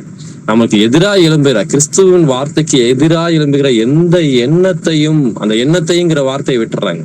நமக்கு நம்மளுடைய சிந்தனைகளையும் சரி, நம்மளுடைய எண்ணங்களையும் சரி, கிறிஸ்துவுக்கு எகெயின்ஸ்டா எழும்புற எல்லா காரியங்களையும் எதுக்கு நேராய் திருப்பணுமா, கிறிஸ்துவுக்கு நேராய் தான் நம்ம திருப்புகிற பிள்ளையா இருக்கணுமா ஒழிய, நாம அதற்கு எகெயின்ஸ்டா நான் செயல்படுறேன், கிறிஸ்துவோடைய ஊழியத்தை தான் நான் செய்யறேங்கிற பேர்ல நான் மற்றவர்களுக்கு நம்ம ஆர்கியூ பண்ணி கர்த்தருடைய வார்த்தையை உண்மையை நிரூபிக்க நம்ம முயற்சி செய்யறோம் அப்படின்னா அதுவும் பாவத்துக்கு நேராய் தான் செல்லுது. நான் மாம்சத்துல அந்த ஊழியம் செஞ்சுட்டு இருக்கிறோம் அப்படிங்கிற அர்த்தத்துல நம்ம போயிட்டு இருக்கோம். கடவுளுடைய வசனத்தை சொல்லணும், சத்தியத்தை நாம் வெளிப்படுத்தணும், அதுல மாற்று கருத்தே கிடையாது. பட் அவங்க வாக்குவாதம் செய்ய மனதுள்ளவர்களா யாராவது இருக்கிறாங்க அப்படின்னா நம்ம அவர்களிடத்துல வாக்குவாதம் செய்யக்கூடாது. நாம் கிறிஸ்துவுக்குள்ள அவர்களை கர்த்தர் இயேசு கிறிஸ்து நாமத்துல ஆசீர்வதிச்சுட்டு நாம் என்ன செய்யணும், சரி அறியாத இருக்கிறாங்க, ஒரு நாள் அவங்க அறிந்து கொள்வாங்க, கர்த்தருடைய நாமத்துக்கு சோத்திரம்னு சொல்லிட்டு அவங்களுக்கு ஜெபம் பண்ணி அவங்க மனதுல அவங்க ஏற்றுக்கொள்ள மனதா இல்லைன்னா நம்ம ஜெபம் பண்ணி நம்ம ஜெபத்துல தனிப்பட்ட ஜெபத்துல நம்ம அவருக்காக நம்ம வேண்டிக் கொள்ளலாம். வாசிக்கலாம் கலாத்தியர் புத்தகம் 5ஆம் அதிகாரம் 13வது வசனத்தை. சகோதரரே, நீங்கள் சுயாதீனத்திற்கு அழைக்கப்பட்டீர்கள். இந்த சுயாதீனத்தை நீங்கள் மாம்சத்திற்கு ஏதுவாக அனுசரியாமல் அன்பினாலே ஒருவருக்கொருவர் ஊழியம் செய்யுங்கள். ஆமென். ஆமென். நாம் ஒவ்வொருவரும் ஒவ்வொரு அந்தந்த பகுதியில நாம் ஊழியம் செய்கிற பிள்ளையா தான் இருப்போம். ஏன்னா நம்ம எல்லாரும் சீசர்கள், நாம் ஊழியம் செய்கிற பிள்ளைகள் தான். நம்ம எப்படி அவர் நம்ம கொடுத்திருக்க சுயாதீனத்தை நம்ம ஆதியாமத்துல நம்ம பார்க்கிறோம். அந்த நன்மை தீமை அறியத்தக்க பழமும் அங்க அந்த இடத்துல வச்சிருக்கிறாரு, கனியும் அந்த இடத்துல வைக்கிறாரு, அந்த இடத்துல ஜீவ விருட்சத்தின் கனியும் வச்சிருக்கிறாரு, எல்லாவித கனிகளும் அந்த இடத்துல வச்சிருக்கிறாரு. எல்லாவற்றையும் சாப்பிட அவர்களுக்கு சுயாதீனத்தை, அதாவது சுதந்திரத்தை அந்த இடத்துல இருந்தது அவங்களுக்கு.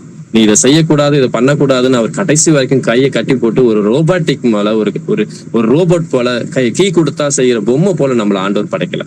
நம்ம எல்லாவற்றிலும் இதுதான் அவருடைய கிருபை. நம்மளுடைய சுயாதீனத்தையும் விருப்பத்தையும் நம்மளுடைய சொந்த விருப்பத்தையும் எல்லாவற்றையும் நம்ம கொடுத்துட்றாரு. நாம சூஸ் பண்றதுலதான் இருக்கு. நான் எதை எடுத்துக்கிறேன், எது எனக்கு தேவை, எது என்னுடைய வாழ்க்கைக்கு பிரயோஜனம், எது தேவனுடைய சித்தமா இருக்கு, எது எனக்கு விருப்பமா இருக்குன்னு. எனக்கு விருப்பமானதையும் நான் சூஸ் பண்ணலாம், தேவனுக்கு விருப்பமானது இது எனக்கு விருப்பம் இல்லை, எனக்கு தேவனுக்கு விருப்பம் இல்லை, அதனால எனக்கு இது விருப்பம் இல்லைன்னு நம்ம செய்யறதுக்கு உண்டான சுதந்திரமும் நம்ம கிட்ட இருக்கு. நாம எதை நாம பயன்படுத்தும், அதுதான் இந்த வசனம் சொல்லுது. நீங்கள் சுயாதீனத்திற்கு அழைக்கப்பட்டீர்கள், நீங்கள் விடுதலையாக தான் அழைக்கப்பட்டீங்க. இந்த சுயாதீனத்தை, இந்த விடுதலைய நம்ம மாம்சத்துக்கு ஏதுவா அனுசரிக்காம அன்பினாலே ஒருவருக்கு ஒருவர் நாம் ஊழியம் செய்கிற பிள்ளையா இருக்கணும் அப்படின்னு அந்த வசனம் நமக்கு கற்றுக் கொடுக்குது. வாசித்த இந்த வசனங்கள் எல்லாம் பாத்தீங்கன்னா நம்ம ஆர்கியூ பண்ணக்கூடாது அப்படிங்கிறதையும் நம்ம பார்க்கிறோம். அதே போல நாம மற்றவர்களை குற்றப்படுத்தி ஒரு காரியத்தை நம்ம செய்யக்கூடாது. நம்ம இடத்துல இருக்க குறையை மாத்திரம் நம்ம பார்த்து நம்ம ஒவ்வொரு காரியத்தை செய்யணும் அப்படிங்கறத நம்ம பார்த்தோம். இந்த மாம்ச சிந்தை எனக்குள்ள இருந்ததுன்னா எந்தெந்த விதத்துல நம்ம பாவம் நம்ம மேற்கொள்ளுது அப்படிங்கிறது பார்க்கலாம். எபேசியர் புத்தகம் 2ஆம் அதிகாரம் 1 வசனத்தை வாசிக்கிறோம். அக்கிரமங்களினாலும் பாவங்களினாலும் மரித்தவர்களாய் இருந்த உங்களை உயிர்ப்பித்தார். ஆமென். ஆமென். நாம் ஆரம்பத்துல பார்த்தோம், நம்முடைய பாவம் உள்ளுக்குள்ள வந்த உடனே நம்மளுடைய ஆவியில இருக்க அந்த ஜீவன் மரித்து போயிடுச்சு அப்படிங்கறது பார்த்தோம். என் ஆத்மா கரைபடிந்ததுங்கிறத பார்த்தோம். அந்த ஆவியில ஜீவனை கொடுக்கும்படியா கர்த்தராகிய இயேசு கிறிஸ்து இந்த பூமியில அக்கிரமத்தினாலும் பாவத்தினாலும் மரித்தவர்களா இருந்த நாம், பிசிக்கலாவா நம்ம மரித்திருந்தோம், ஆவிக்குரிய ரீதியில நாம் மரித்திருந்த நாம், அவரை நாம் யார் உயிர்ப்பித்தாராம்? கர்த்தராகிய இயேசு கிறிஸ்து இந்த பூமியில நம்மளை உயிர்ப்பித்த தேவனா இருக்கிறார். அதான் உயிர்ப்பிக்கிற ஆவியானவர்னு ஒரு இடத்துல வேதத்துல நம்ம வசனத்துல வாசிக்கிறோம். எபேசியர் புத்தகம் 2ஆம் அதிகாரம் 5ஆம் வசனத்தை வாசிக்கிறோம். அக்கிரமங்களில் மரித்தவர்களாய் இருந்த நம்மை கிறிஸ்துவுடனே கூட உயிர்ப்பித்தார், கிருபையினாலே ரட்சிக்கப்பட்டீர்கள். ஆமென். ஆமென். மரித்து போயிருந்த நம்முடைய ஆவியை நம் தேவன் எப்படி உயிர்ப்பித்தாராம்? அக்கிரமங்களால் மரித்திருந்த நம்மை கிறிஸ்துவுடனே கூட உயிர்ப்பித்தார். அவர் எப்போ நமக்காக ஜீவனை கொடுத்தாரோ, தம்முடைய ரத்தம் முழுவதும் கொடுத்த அந்த ஜீவனை கொடுத்து மறுபடியும் 3ஆம் நாள் உயிர் தெழுறார் பாருங்க. அவர் உயிர் தெழும் பொழுது அவரோடு கூட நாம் உயிர் தெழுந்திருக்கிறோம் அப்படின்னு. சோ இதுதான் ஞானஸ்தானத்திற்கும் அடையாளம் இருக்கு. நாம் பாவத்திற்கு மரித்து ஆவியிலே உயிர் படையதான் தண்ணீருக்குள்ள மூழ்கி நாம் எடுக்கிற அந்த ஞானஸ்தானம். தண்ணிக்குள்ள மூழ்கும் போது என்னுடைய பழைய மனுஷனும் என்னுடைய சுபாவமும் என்னுடைய பாவங்கள் எல்லாவற்றும் தண்ணிக்குள்ள மூழ்கும் பொழுது என்னுடைய பாவங்கள் எல்லாம் கழுவப்படுது. திருப்பி எழுந்திருக்கும் பொழுது என்னுடைய புதிய மனுஷனாய் தேவனுடைய ஆவியினாலே நான் புதிய மனுஷனாய் உயிர் தெழுறேன். தேவன் எப்படி மரித்து 3ஆம் நாள் உயிரோடு எழுந்தாரோ அதே போல நான் என்னுடைய பாவங்களுக்கு மரித்து நீதிக்கு பிழைத்திருக்கும்படியா நான் எழுந்திருக்கிறேன் அப்படின்தான் அதற்கு அடையாளமா இருக்காதான் ஞானஸ்தானம். இதுதான் மறுஜென்மம் ஒழுக்கினாலும் பரிசுத்த ஆவியினால் புதிதாக்குதினாலும் நம்மளை ரட்சித்தார் அப்படிங்கிறத நம்ம பார்க்கிறோம். வாசிக்கலாம் இன்னொரு வசனத்தை கூட. யோவான் புத்தகம் 10ஆம் அதிகாரம் 10வது வசனம். திருடன் திருடவும் கொல்லவும் அழிக்கவும் வருகிறானே அன்றி வேறொன்றுக்கும் வரான். நானோ அவைகளுக்கு ஜீவன் உண்டாயிருக்கவும் அது பரிபூர்ணப்படவும் வந்தேன். ஆமென். திருடன் திருடவும் கொல்லவும் அழிக்கவும் வருகிறானே அன்றி வேறொன்றுக்கும் வரான். நானோ அவைகளுக்கு ஜீவன் உண்டாயிருக்கவும் அது பரிபூரணப்படவும் வந்தேன். எதற்காக கர்த்தர் இயேசு கிறிஸ்து பூமிக்கு வந்தாராம்? நானோ அவைகளுக்கு, எவைகளுக்கு? நம்மளுடைய ஆத்மாவை அழிக்கிறதுக்காக யாரு திருடனை போல வராங்களாம்? எவனை விழுங்கலாமோ என்று வகை தேடி சுத்தி திரிகிறான் கர்ஜிக்கிற சிங்கத்தை போல அப்படிங்கிறது இன்னொரு வசனத்தில் நம்ம வாசிக்கிறோம். பிசாசானவன் எவனை விழுங்கலாமோ என்று வகை தேடுறான்.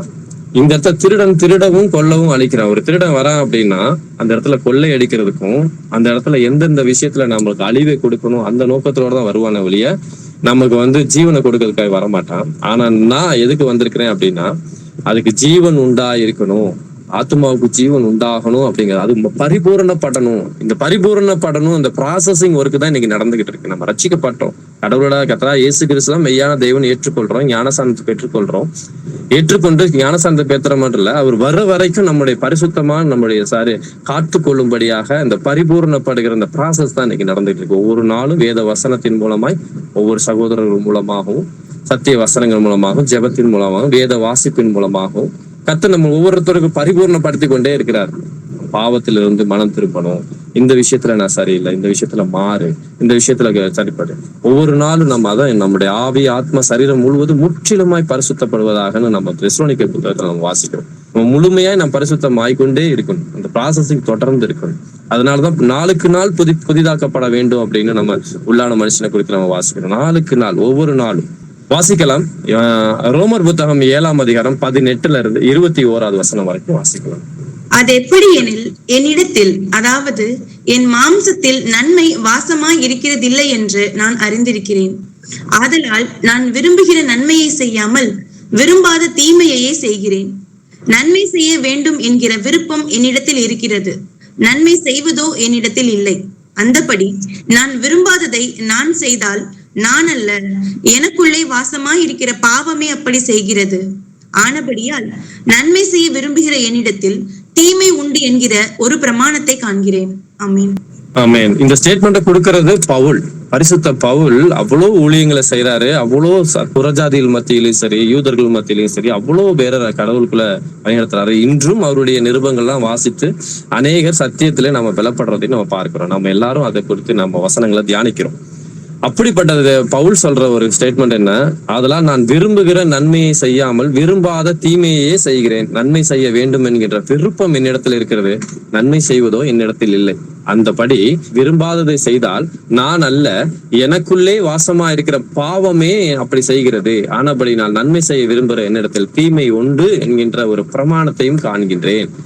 என்னோட அந்த பாவ சரீரத்துல நம்ம வாழும் பொழுது அந்த பாவ எண்ணங்களும் பாவ சிந்தைகளும் நமக்குள்ள எழும்பதான் செய்யணும் பூமியில வாழ்ற வரைக்கும். ஏன்னா நம்ம பூமியில வாழ்ந்து கர்த்தராகிய இயேசு கிறிஸ்து வருகிற வரைக்கும் நம்மளுக்கு சோதனைகள் உண்டு, பாடுகள் உண்டு, உபத்திரவங்கள் உண்டு. இதோ உலகத்தை நான் ஜெயித்தேன்ற உபத்திரவம் உண்டு, ஆகிலும் நீங்க திடன் கொள்ளுங்கள், நான் உலகத்தை ஜெயித்தேன் கர்த்தராகிய இயேசு கிறிஸ்து சொல்றாரு. அவர் உலகத்தை ஜெயித்தாருன்னா அவருடைய பிள்ளைகளாகிய நம்மளாலும் ஜெயிக்க முடியும். ஏன் அந்த வார்த்தை உபத்திரவம் உண்டுங்கிறாரு?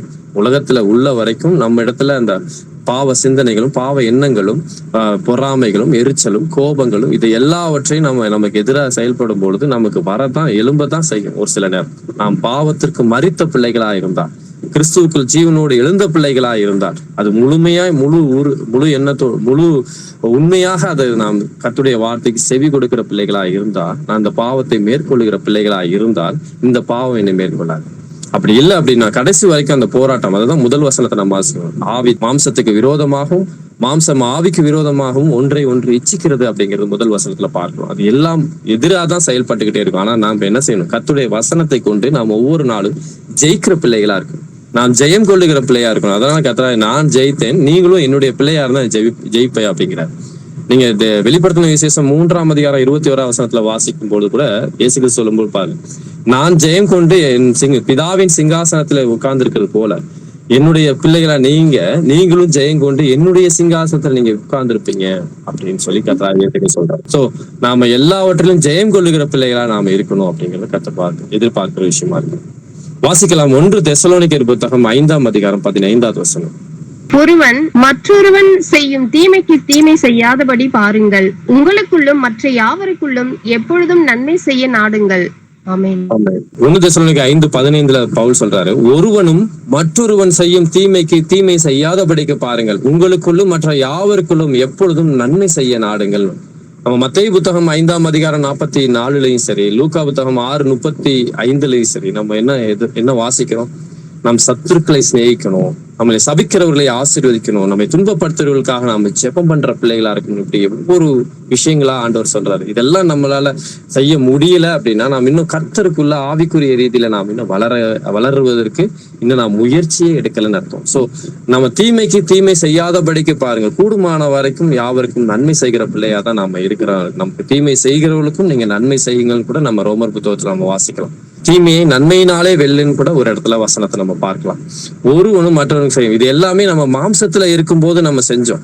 உலகத்துல வாழும் பொழுது, கடவுளை அறியாத போது நாம் அப்படி இருந்தோம். நமக்கு யாராவது ஒருத்தர் தீமை செஞ்சுட்டா அவர் எதாவது வாய்ப்புன்னு பார்த்து அந்த தீமைக்கு பதில் நம்ம தீமை செய்யாம இருக்க போறது இல்லை. அப்ப செஞ்சாதான் நம்முடைய இருதயம் நம்மளுக்கு சமாதானமா இருக்கிறது போல இருக்கும். ஆனா கர்த்தரை அறிந்து கொண்டு அவருடைய சமூகத்துக்குள்ள நம்ம வந்துட்டோம், தேவனுடைய வார்த்தைக்கு நான் கீழ்ப்படுகிற பிள்ளையா இருக்கேன், அவர் என்னுடைய ரட்சகரனா, அவர் தான் என் மீட்பர் என் மேய்ப்பர் அப்படின்னு நான் அறிக்கை பண்ற பிள்ளையா இருக்கிறேன் அப்படின்னா இது எல்லா வார்த்தைக்கும் நான் கீழ்ப்படுகிற பிள்ளைகளா இருக்கேன். தீமைக்கு தீமை செய்யாதபடிக்கு பாருங்க அப்படின்னு நம்ம பார்க்கிறோம். அதே மத்தேயு 5:44 வசனமும் லூக்கா 6:35 வசனத்தையும் நான் கீழ்ப்படியல அப்படின்னா கர்த்தருடைய வார்த்தையை இன்னும் நான் எனக்குள்ள பலப்படாதபடிக்கு என்னுடைய மாம்சம் அதை மேற்கொண்டு கொண்டிருக்குது அப்படிங்கிறத நம்ம பார்க்கிறோம்.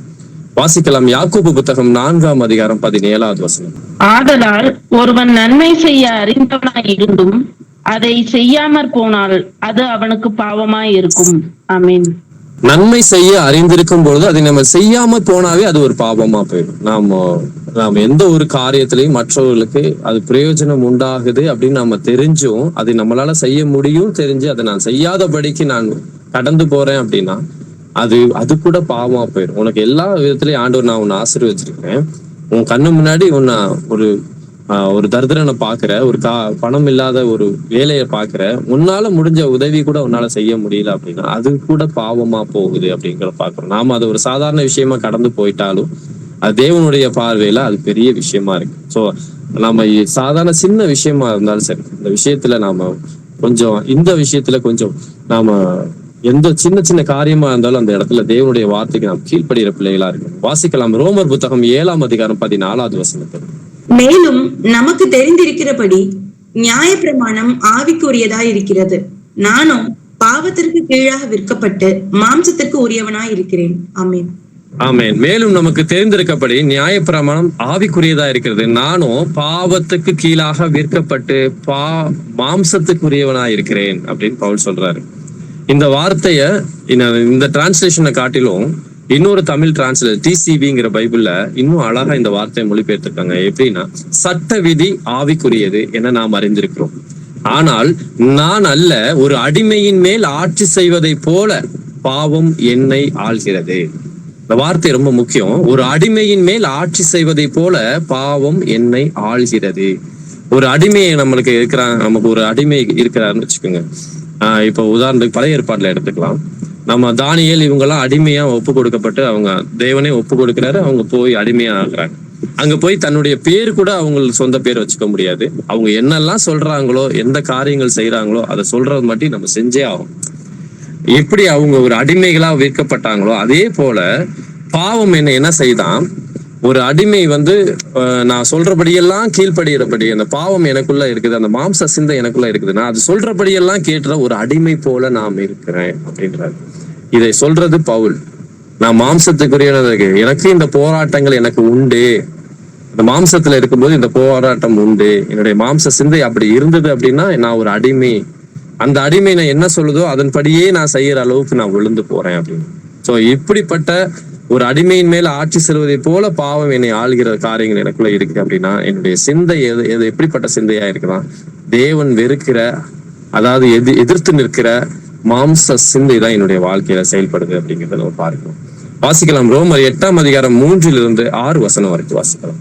அது எப்படி எனில், மாம்சத்தினாலே பலவீனமாய் இருந்த நியாய பிரமாணம் செய்யக்கூடாததை தேவனே செய்யும்படிக்கு தம்முடைய குமாரனை பாவ மாம்சத்தின் சாயலாகவும் பாவத்தை போக்கும் பலியாகவும் அனுப்பி மாம்சத்திலே பாவத்தை ஆக்கினைக்குள்ளாக தீர்த்தார்.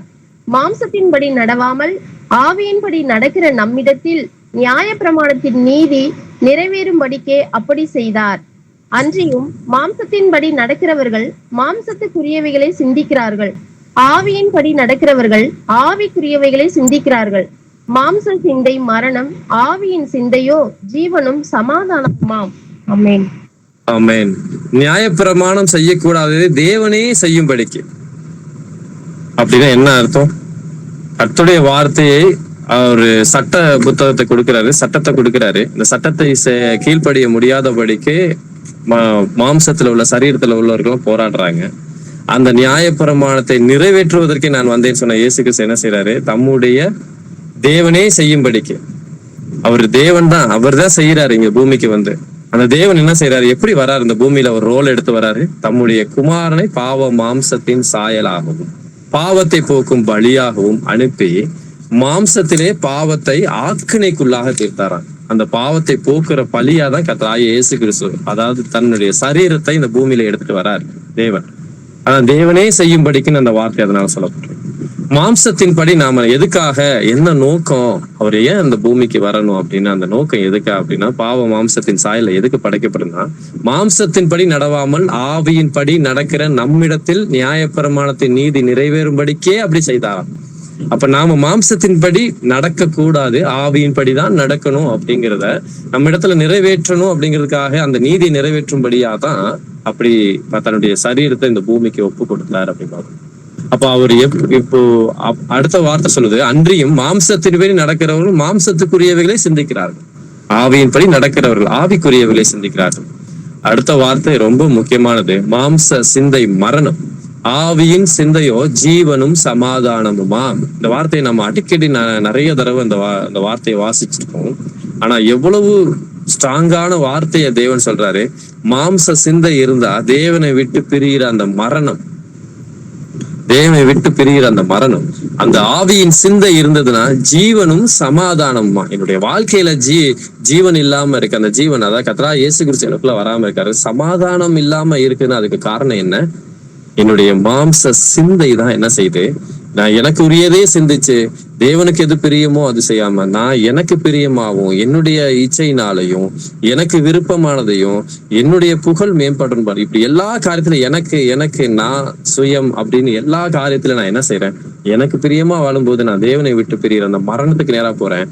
அந்த ஆவியின் சிந்தை எனக்குள்ள இருந்துச்சுன்னா ஜீவனும் சமாதானமுமான அந்த காரியத்தை தேவன் நம்ம மத்தியில ஒவ்வொரு நாளும் செயல்படுத்துற பிள்ளையா எப்பொழுது அப்படின்னா இந்த ஆவிக்குரிய சிந்தை, அவருடைய சிந்தனை, தேவனுக்கு எது பிரியும், அவர் எதுக்கு வந்தாரு, நான் என்ன செய்யணும், நான் என்ன மாறணும், நான் எப்படி எல்லாம் என்ன பண்படுத்தணும், என்ன ஒரு நல்ல நிலத்துல விழுந்த விதையா என்னுடைய சரீரத்துல விழுந்த என்னுடைய விதை நல்ல நிலத்துல விழுந்துன்னா என்ன நிலத்தை நான் பண்படுத்தலாம், எப்படிலாம் அந்த வசனத்தை நான் என் வாழ்க்கையில செயல்படுத்தலாம், மற்றவருக்கு பிரயோஜனம் அப்படி பயன்படுத்தலாம், எப்படி ஊழியம் செய்யலாம், எப்படி தேவனுடைய ராஜ்யத்தை என் மூலமா என்ன செய்ய முடியும், இப்படி எல்லா காரியத்தையும் தேவனுக்குரிய ஆவிக்குரிய சிந்தையில நாம் செயல்படுகிறோம் அப்படின்னா உண்மையா அப்பதான் சமாதானம் தேவன் தருகிற பிள்ளையா இருக்கிறார். இப்ப மாம்சத்தின் செயல்பாடு எல்லாத்தையும் நம்ம பார்த்தோம். மாம்ச சிந்தை மரணம் அப்படிங்கிறதையும் பார்த்தோம். நம்முடைய மாம்சத்துல ஏற்படுற அந்த கிரியைகள், அதாவது செயல்கள் என்னென்ன அப்படிங்கிறத நம்ம கலாத்தியர் புத்தகத்துல நம்ம வாசிச்சோம், தெளிவா சொல்லுவோம். ஏன்னா அதுக்கு அடுத்து வாசிக்கும் பொழுது ஆவியின் கனியை பத்தி சொல்லுவாரு 22வது வசனத்துல இருந்து. நாம் 19வது வசனத்துல இருந்து வாசிப்போம். கலாத்தியர் 5ஆம் அதிகாரம் 19ல இருந்து 21வது வசனத்துல இந்த மாம்சத்தின் செயல்கள் என்னென்ன அப்படிங்கிறத பார்த்தோம். மாம்சத்தின் கிரியைகள் வெளியரங்கமாய் இருக்கின்றன. அவையாவன: விபச்சாரம், வேசித்தனம், அசுத்தம், காம விகாரம், விக்கிரக ஆராதனை, பில்லி சூனியம், பகைகள், விரோதங்கள், வைராக்கியங்கள், கோபங்கள், சண்டைகள், பிரிவினைகள், மார்க்க பேதங்கள், பொறாமைகள், கொலைகள், வெறிகள், களியாட்டுகள் முதலானவைகளே. இப்படிப்பட்டவைகளை செய்கிறவர்கள் தேவனுடைய ராஜ்யத்தை சுதந்தரிப்பதில்லை என்று முன்னே நான் சொன்னது போல இப்பொழுதும் உங்களுக்கு சொல்லுகிறேன். ஆமேன். ஆமேன். இந்த மாம்சத்தின் கிரியைகள் 17 காரியங்கள் இந்த இடத்துல ஆண்டவர் சொல்றாரு. இந்த 17 காரியங்கள்ல சொல்லி முடிச்சதுக்கு அப்புறம் இன்னும் அநேக இடத்துல அநேக வசனங்கள் இருக்கு. பட் இந்த இடத்துல சொல்லி முடிச்சுட்டு நேரடியாவே ஒரு வார்த்தை சொல்றாரு. இந்த டிரான்ஸ்லேஷன் ரொம்ப அழகாவே தமிழ்ல நம்மளுக்கு கொடுக்கப்பட்டிருக்கு. இப்படிப்பட்டவைகளை செய்கிறவர்கள் தேவனுடைய ராஜ்யத்தை சுதந்தரிப்பது இல்லை என்று முன்னே நான் சொன்னது போல இப்பொழுதும் சொல்றேன். ஏற்கனவே நான் சொல்லிட்டேன்ப்பா, ஆனா இப்பவும் திரும்பவும் சொல்றேன், நீ இதெல்லாம் இப்படியா இருந்தேன்னா தேவனுடைய கடவுளுடைய ராஜ்யத்துக்குள்ள, கிறிஸ்துவின் ராஜ்யத்துக்குள்ள நம்ம சுதந்திரிக்க முடியாது. அவருடைய பிள்ளைக்கு தகுதிக்குள்ள, அவருடைய சமூகத்துக்கு முன்பா நம்ம செல்ல முடியாது அப்படிங்கிறத நம்ம பார்ப்போம். இதுக்கு அடுத்துதான் 22வது வசனத்துல ஆவியின் கனியோ அன்பு, சந்தோஷம், சமாதானம், நீடிய பொறுமை, தயவு, சாந்தம், விசுவாசம், இச்சையடக்கம், இந்த 9 கனிகளை நம்ம பார்க்கிறோம். இப்ப அந்த 9 கனிகளையும் என் வாழ்க்கையில நிறைவேற்றணும்னா இந்த மாம்சத்தின் கிரியைகள் என் வாழ்க்கையில இருந்து தேவனுடைய வசனத்தின் மூலம் அவருடைய சமூகத்துல நம்ம காத்திருந்து நம்ம ஒவ்வொரு காரியத்தை நம்ம ஒப்பு கொடுத்து மனம் திரும்பும் பொழுது இந்த ஆவிக்குரிய கனி என் வாழ்க்கையில வெளிப்படுத்துங்கிறத நம்ம பார்க்கிறோம். இந்த ஆவிக்குரிய சிந்தை, இதுவரைக்கும் நம்ம பார்த்த இந்த மாம்சத்துக்குரியான எல்லா காரியங்களும் பார்த்தோம். தேவன் என்ன எதிர்பார்த்துட்டு இருக்காருங்கிறத பார்த்தோம். நம்ம ஆவியின் சிந்தையில எப்படியெல்லாம் நம்ம செயல்பட வேண்டும் அப்படிங்கிறத நம்ம பார்க்கலாம். வாசிக்கலாம். கலாத்தியர் புத்தகம் 5ஆம் அதிகாரம் 16வது வசனத்தில். பின்னும் நான் சொல்லுகிறது என்னவென்றால், ஆவிக்கேற்றபடி நடந்து கொள்ளுங்கள், அப்பொழுது மாம்ச இச்சையை நிறைவேற்றாதிருப்பீர்கள். ஆமென். ஆமென். அவரே சொல்யூஷனும் கொடுத்துட்டாரு. நான் மாம்ச சிந்தையை நான் எப்படி நான் அதுல சிந்தையில போய் செயல்படாம இருக்கணும், அதை நிச்சயப்படி நான் நிறைவேற்றாம இருக்கணும் அப்படின்னா என்ன செய்யணும்? பின்னும் நான் சொல்லுகிறது என்னவென்றால், ஆவிக்கேற்றபடி நீங்க நடந்து கொள்ளுங்க, அப்பொழுது மாம்ச இச்சைகளை நிறைவேற்றாதிருப்பீர்கள். அந்த கமா போட்டுறாரு அந்த இடத்துல, நடந்து கொள்ளுங்கள் கமா, அப்பொழுது மாம்ச இச்சைகளை நாம் நிறைவேற்றாம இருப்போம் அப்படின்னு. எபேசியர் புத்தகம் 5ஆம் அதிகாரம் 9வது வசனத்திலையும் அழகா சொல்லுவாரு, ஆவியின் கனி சகல நற்குணத்திலும் நீதியிலும் உண்மையிலும் விளங்கும் அப்படிங்கறத நம்ம வாசிக்கிறோம். அப்ப ஆவியின் கனி நான் சகல நற்குணத்திலையும் விளங்கும், நீதியில விளங்கும், உண்மையில விளங்கும் அப்படிங்கிறத நம்ம பார்க்கணும். அப்ப என்னிடத்துல நற்குணம் இல்ல, கனி இல்ல, நீதி இல்ல, உண்மை இல்ல அப்படின்னா நாம் எப்படிப்பட்ட பிள்ளைகளா இருப்போம் அப்படிங்கறத நம்மை நாமே நிதானித்து அறிகிற பிள்ளைகளா இருப்போம். இதுல ஏதாவது ஒரு விஷயம் நம்ம எல்லா விஷயத்திலும் சரியா இருப்போம். ஒரு சில விஷயங்கள்ல நாம குறைவுள்ளவர்களா இருந்தாலும் இந்த நாள்ல கூட நம்ம ஒப்பு கொடுத்து மனம் திரும்பும் பொழுது தேவன் நம்மளை ஒவ்வொரு நாளும் மெருகூட்டி ஒவ்வொரு நாளும் நம்மளை சீர்படுத்தி ஸ்திரப்படுத்தி வழி நடத்துகிற தேவனா இருக்கிறார். வாசிக்கலாம். ரோமர் புத்தகம் 8ஆம் அதிகாரம் 9வது வசனத்துல நானே வாசிக்கிறேன். தேவனுடைய ஆவி உங்களில் வாசமாய் இருந்தால் நீங்கள் மாம்சத்துக்கு உட்பட்டவர்களா இராமல் ஆவிக்கு உட்பட்டவர்களா இருப்பீர்கள். கிறிஸ்துவின் ஆவி இல்லாதவன் அவருடையவன் அல்ல. நம்ம ஆவியின் சிந்தையை குறித்து நம்ம பார்ப்போம். அப்ப கிறிஸ்துவின் ஆவி இல்லாதவன் அவருடையவன் அல்லன்னு அந்த வசனம் முடியுது. அப்ப கிறிஸ்துவின் ஆவி உடைய பிள்ளைகளாய், அவருடைய வசனம் உள்ள பிள்ளைகளாய் நாம் இருக்கணும். அப்படி இருக்கும் பொழுது ஒவ்வொரு நாளும் அப்ப நான் தேவனுடைய வார்த்தைக்காக காத்து அவருடைய வார்த்தையை நான் இருதயத்துல பத்திரமாய் காத்துக்கொள்வேன். நீங்க சங்கீத புத்தகத்துல, நீதிமொழி புத்தகத்துல நான் வாசிக்கும் போது சங்கீத புத்தகத்துல இன்னும் அழகா சொல்லப்பட்டிருக்கும், அவருடைய வசனத்தை இருதயத்துல காத்து கொள்றது என்ன, வீண் சிந்தனைகளை வெறுத்து உன் வேதத்தில் பிரியமா இருக்கிறேன்னு சங்கீத புத்தகம் 113 நினைக்கிறேன். அந்த வசனத்தின்படி வீண் சிந்தனைகள்லாம் நமக்கு வருகிற எல்லா சிந்தனைகளையும், மேட்டுமையான சிந்தனையா இருக்கலாம், உலகத்துக்குரிய சிந்தனையா இருக்கலாம், பழைய வாழ்க்கைக்குண்டான சிந்தனைகளா இருக்கலாம், எந்த சிந்தனையா இருந்தாலும் எல்லாவற்றையும் வெறுத்து நான் என்ன செஞ்சா அந்த எல்லாம் காரியத்தெல்லாம் நான் மாற்ற முடியும் அப்படின்னா வேதத்துல பிரியமா இருக்கும் பொழுது அவருடைய வசனத்தை நம்ம சங்கீத புத்தகம் 1ஆம் அதிகாரத்துல வாசிக்கும் பொழுது இரவும் பகலும் அவருடைய வசனத்தை தியானமா இருக்கிற மனுஷன் பாக்கியவான், நீர்காலங்களில் ஓரமாய் நடப்பட்டு தன் காலத்துல தன் கனியை கொடுக்கிற பிள்ளையா இருப்பான் அப்படின்னு சொல்லி. அப்ப அவன் செய்வதெல்லாம் வாய்க்கும் அந்த வார்த்தை முடியும். இப்ப எது நடக்கும்? நம்ம செய்வதெல்லாம் எப்போ வாய்க்குமா? அவருடைய வார்த்தைக்கு நாம் காத்திருக்கும் பொழுது, அந்த வார்த்தையின்படி நாம் செய்யும் பொழுது, அது கூட கனி கொடுக்கிற பிள்ளையா இருக்கும் போது மாத்திரம்தான். வாசிக்கலாம். பிலிப்பியர் புத்தகம் 2ஆம் அதிகாரம் 5-7 வசனத்தை. கிறிஸ்து இயேசுவில் இருந்த சிந்தையே உங்களிலும் இருக்க கடவது. அவர் தேவனுடைய ரூபமாய் இருந்தும் தேவனுக்கு சமமாய் இருப்பதை கொள்ளையாடின பொருளாக எண்ணாமல் தம்மை தாமே வெறுமையாக்கி அடிமையின் ரூபம் எடுத்து மனுஷர் சாயலானார். ஆமென். ஆமென். பிலிப்பியருக்கு எழுதும் பொழுது, நிருபத்தை எழுதும்போது பவுல் சொல்ற காரியங்களை பார்க்கிறோம். கிறிஸ்து இயேசுவில் இருந்த சிந்தையே உங்களிலும் இருக்க கடவுது. அவர் எப்படிப்பட்ட சிந்தை உள்ளவரா இருந்தாரு? கிறிஸ்து அவர் தான் நம்ம எல்லா விஷயத்துக்கும் ரோல் மாடல். அவர் தேவனுடைய ரூபமாய் இருந்தும் தேவனுக்கு சமமாய் இருப்பதை கொள்ளையாடின பொருளாய் எண்ணாமல் தம்மை தாமே வெறுமையாக்கி அடிமையின் ரூபம் எடுத்து மனுஷ சாயலானார். அவர் சர்வ வல்லமை உள்ள தேவன். அவர் தன்னுடைய சிங்காசனத்துல இருந்து ராஜாதி ராஜா அந்த சிங்காசனத்துல இருந்து இறங்கி தம்மை தாமே வெறுமையாக்கி அடிமையின் ரூபம் எடுக்கிறார். நம்ம மனுஷ சாயல்ங்கிறது அடிமையின் ரூபம். நாம எதுக்கு அடிமையா இருந்தோம்? பாவத்திற்கு அடிமையா இருந்தோம். அந்த பாவத்துக்கு அடிமையா இருந்த இந்த பாவ சரீரத்தை அவர் அடிமையின் ரூபமா எடுத்து இந்த பூமிக்கு வரார். எதுக்காகனா தன்னைத்தானே அவர் சமமா இருப்பதர். அவர் அப்படிப்பட்ட அவ்வளவு பெரிய அந்த ஸ்தானத்துல இருந்து இறங்கி நமக்காக இறங்கி வர. இப்படிப்பட்ட சிந்தை நமக்குள்ள இருக்கணும். நாம் எப்படிப்பட்ட படிப்பு இருக்கலாம், நம்மளுடைய தகுதி இருக்கலாம், நம்மளுடைய வசதிகள் இருக்கலாம், ஆனாலும் நான் தேவனுக்கு எப்படி தன்னை வெறுமையாக்க முடியும், எப்படி தேவனுக்கு நான் கீழ்ப்படிய முடியும், என் அடிமையா தேவனுக்கு எந்தெந்த காரியத்துல ஒப்பு கொடுக்க முடியும், நம்ம எல்லா இடத்துலயும் நம்மை தாழ்த்தும் போதுதான் தேவன் என்ன செய்யறாரு? அப்படிப்பட்ட சாயல் தான் அவர் விரும்புறாரு.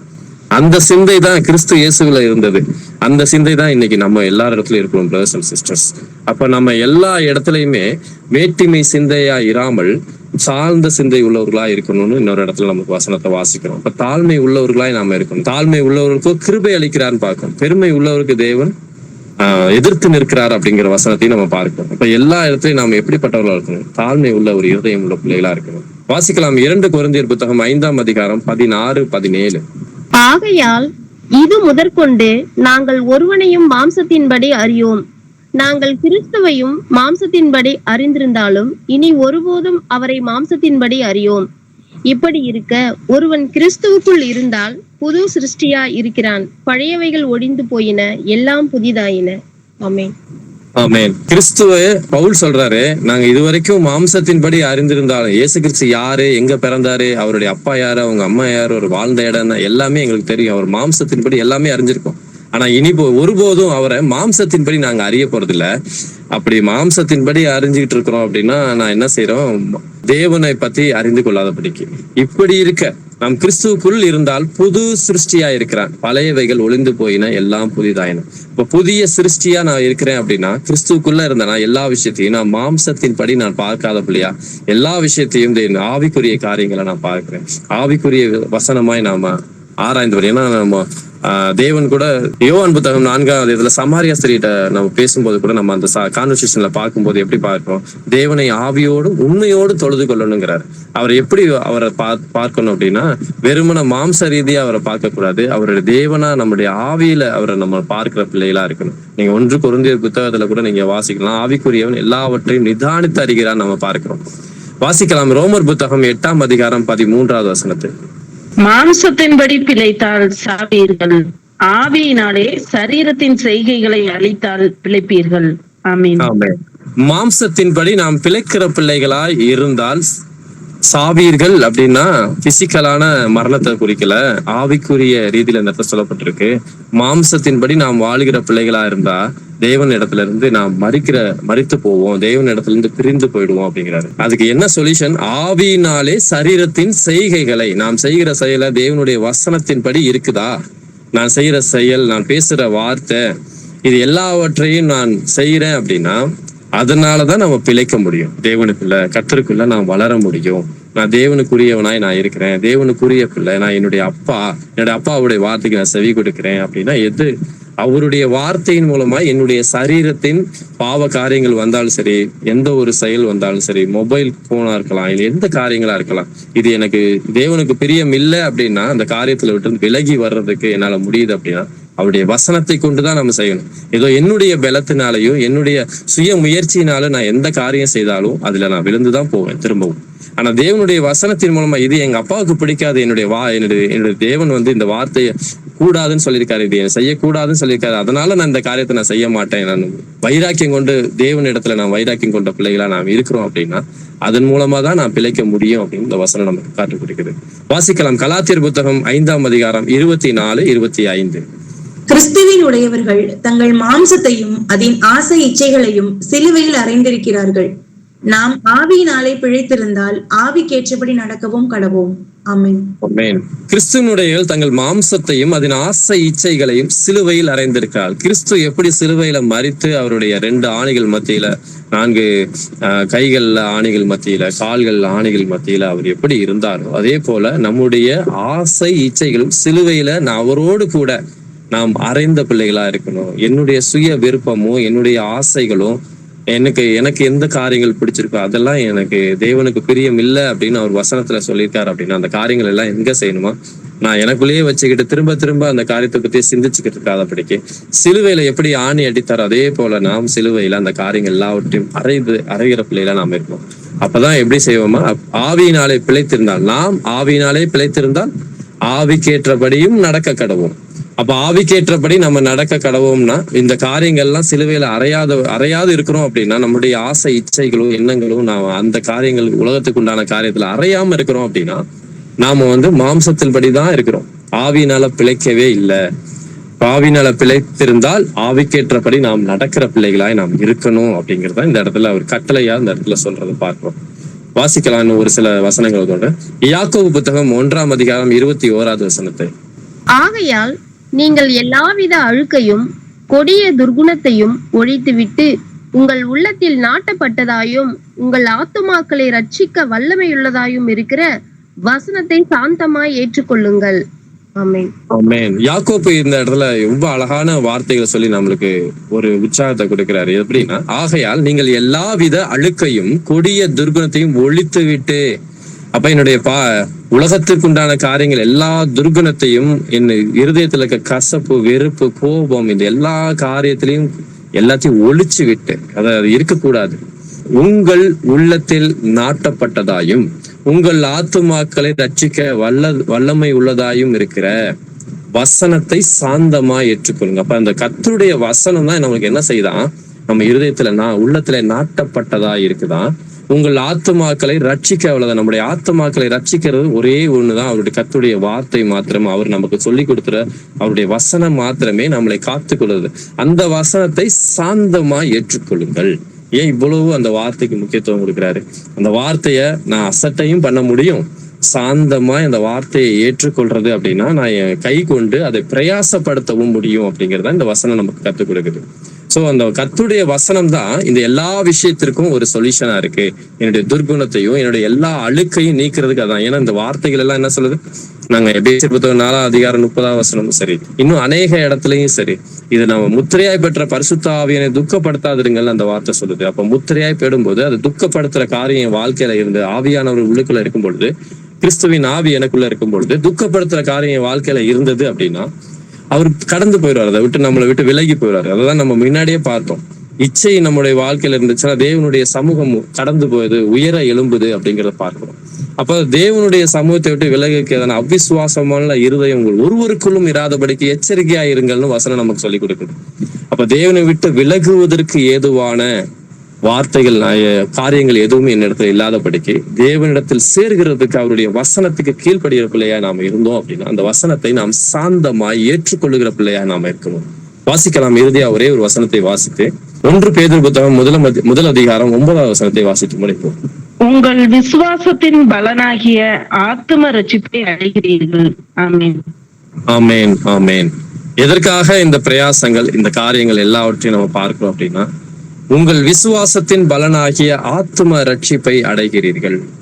இந்த ஆத்ம ரட்சிப்புக்காக தான் நம்முடைய ஆத்ம ரட்சிக்கப்படணும். தேவனுடைய சமூகம் அவர் வரும்பொழுது அவருக்கு பிரியமான பிள்ளையாக 10 பட்டணத்துக்கு அதிகாரியா 5 பட்டணத்துக்கு அதிகாரியா நம்ம எல்லாரும் 1000 வருஷம் அரசாட்சிக்குள்ள நாம போகணும் அப்படின்னா, இந்த ஆத்மா ரட்சிக்கப்படணும், நம்ம எல்லாரும் ரட்சிக்கப்படணும் அப்படின்னா நாம் நம்ம வாசிச்ச எல்லா வசனத்தின்படி நம்முடைய துர்குணத்தை, நம்முடைய கேரக்டர், நம்ம பழைய மனுஷன், நம்முடைய சுபாவம், மாம்சத்தின் கிரியைகள் இது எல்லாவற்றையும் ஒழித்துவிட்டு நம் உள்ளத்திலே புதிதாக்கப்பட்ட பிள்ளையா, கிறிஸ்துவுக்குள்ள நாளுக்கு நாள் புதுப்பிக்கப்பட்ட பிள்ளையாய், நம்முடைய உள்ளான மனுஷன் நாளுக்கு நாள் நம்ம வளருகிற பிள்ளைகளாய், நம்முடைய ஆவிக்குரிய வாழ்க்கையில எல்லா சூழ்நிலையிலும் தேவனுடைய வசனத்துக்கு நான் கீழ்ப்படுகிற பிள்ளையா, ரட்சிக்க நம்முடைய ஆத்துமாக்களை ரட்சிக்க வல்லமை உள்ளதுல அந்த வசனத்தை நம்ம சாந்தமா ஏற்றுக்கொள்ளுகிற பிள்ளையாய் நாம் இருக்கும் பொழுது, நாம் கர்த்தருடைய நம்முடைய ஆத்துமா நம்ம விசுவாசிக்கிறோம், நம்ம கண்டிப்பா ரட்சிக்கப்படுவோம், நம்ம தேவன் ஏசப்பா வரும்பொழுது நம்மளை ஏற்றுக்கொள்வாரு அப்படின்னு.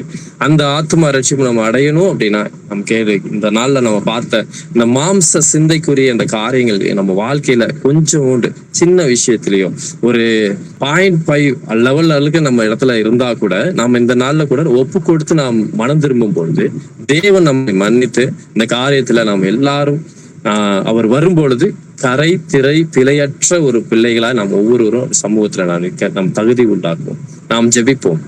அன்பின் பரலோக தகப்பனே, இந்த கொடுத்த நல்ல நாளுக்காக நமக்கு நன்றி செலுத்துகிறோம் சுவாமி. கர்த்தர் நீ நல்லவர்.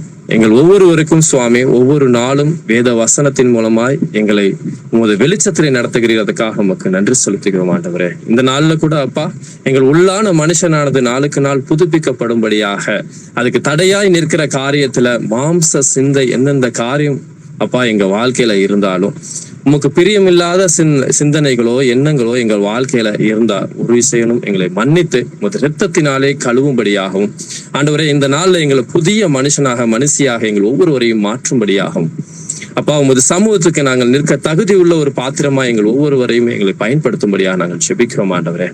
எங்கள் ஊழியங்கள், எங்களை சுற்றி இருக்கிற ஜனங்கள் அப்பா, எங்கள் சொந்த பந்தங்கள், எங்கள் நண்பர்கள் எல்லாரும் கர்த்தருடைய வருகைக்கு ஆயத்தமாகணும் சுவாமி. அதற்கு எங்கள் ஒவ்வொருவரையும் எடுத்து பயன்படுத்துங்க சுவாமி.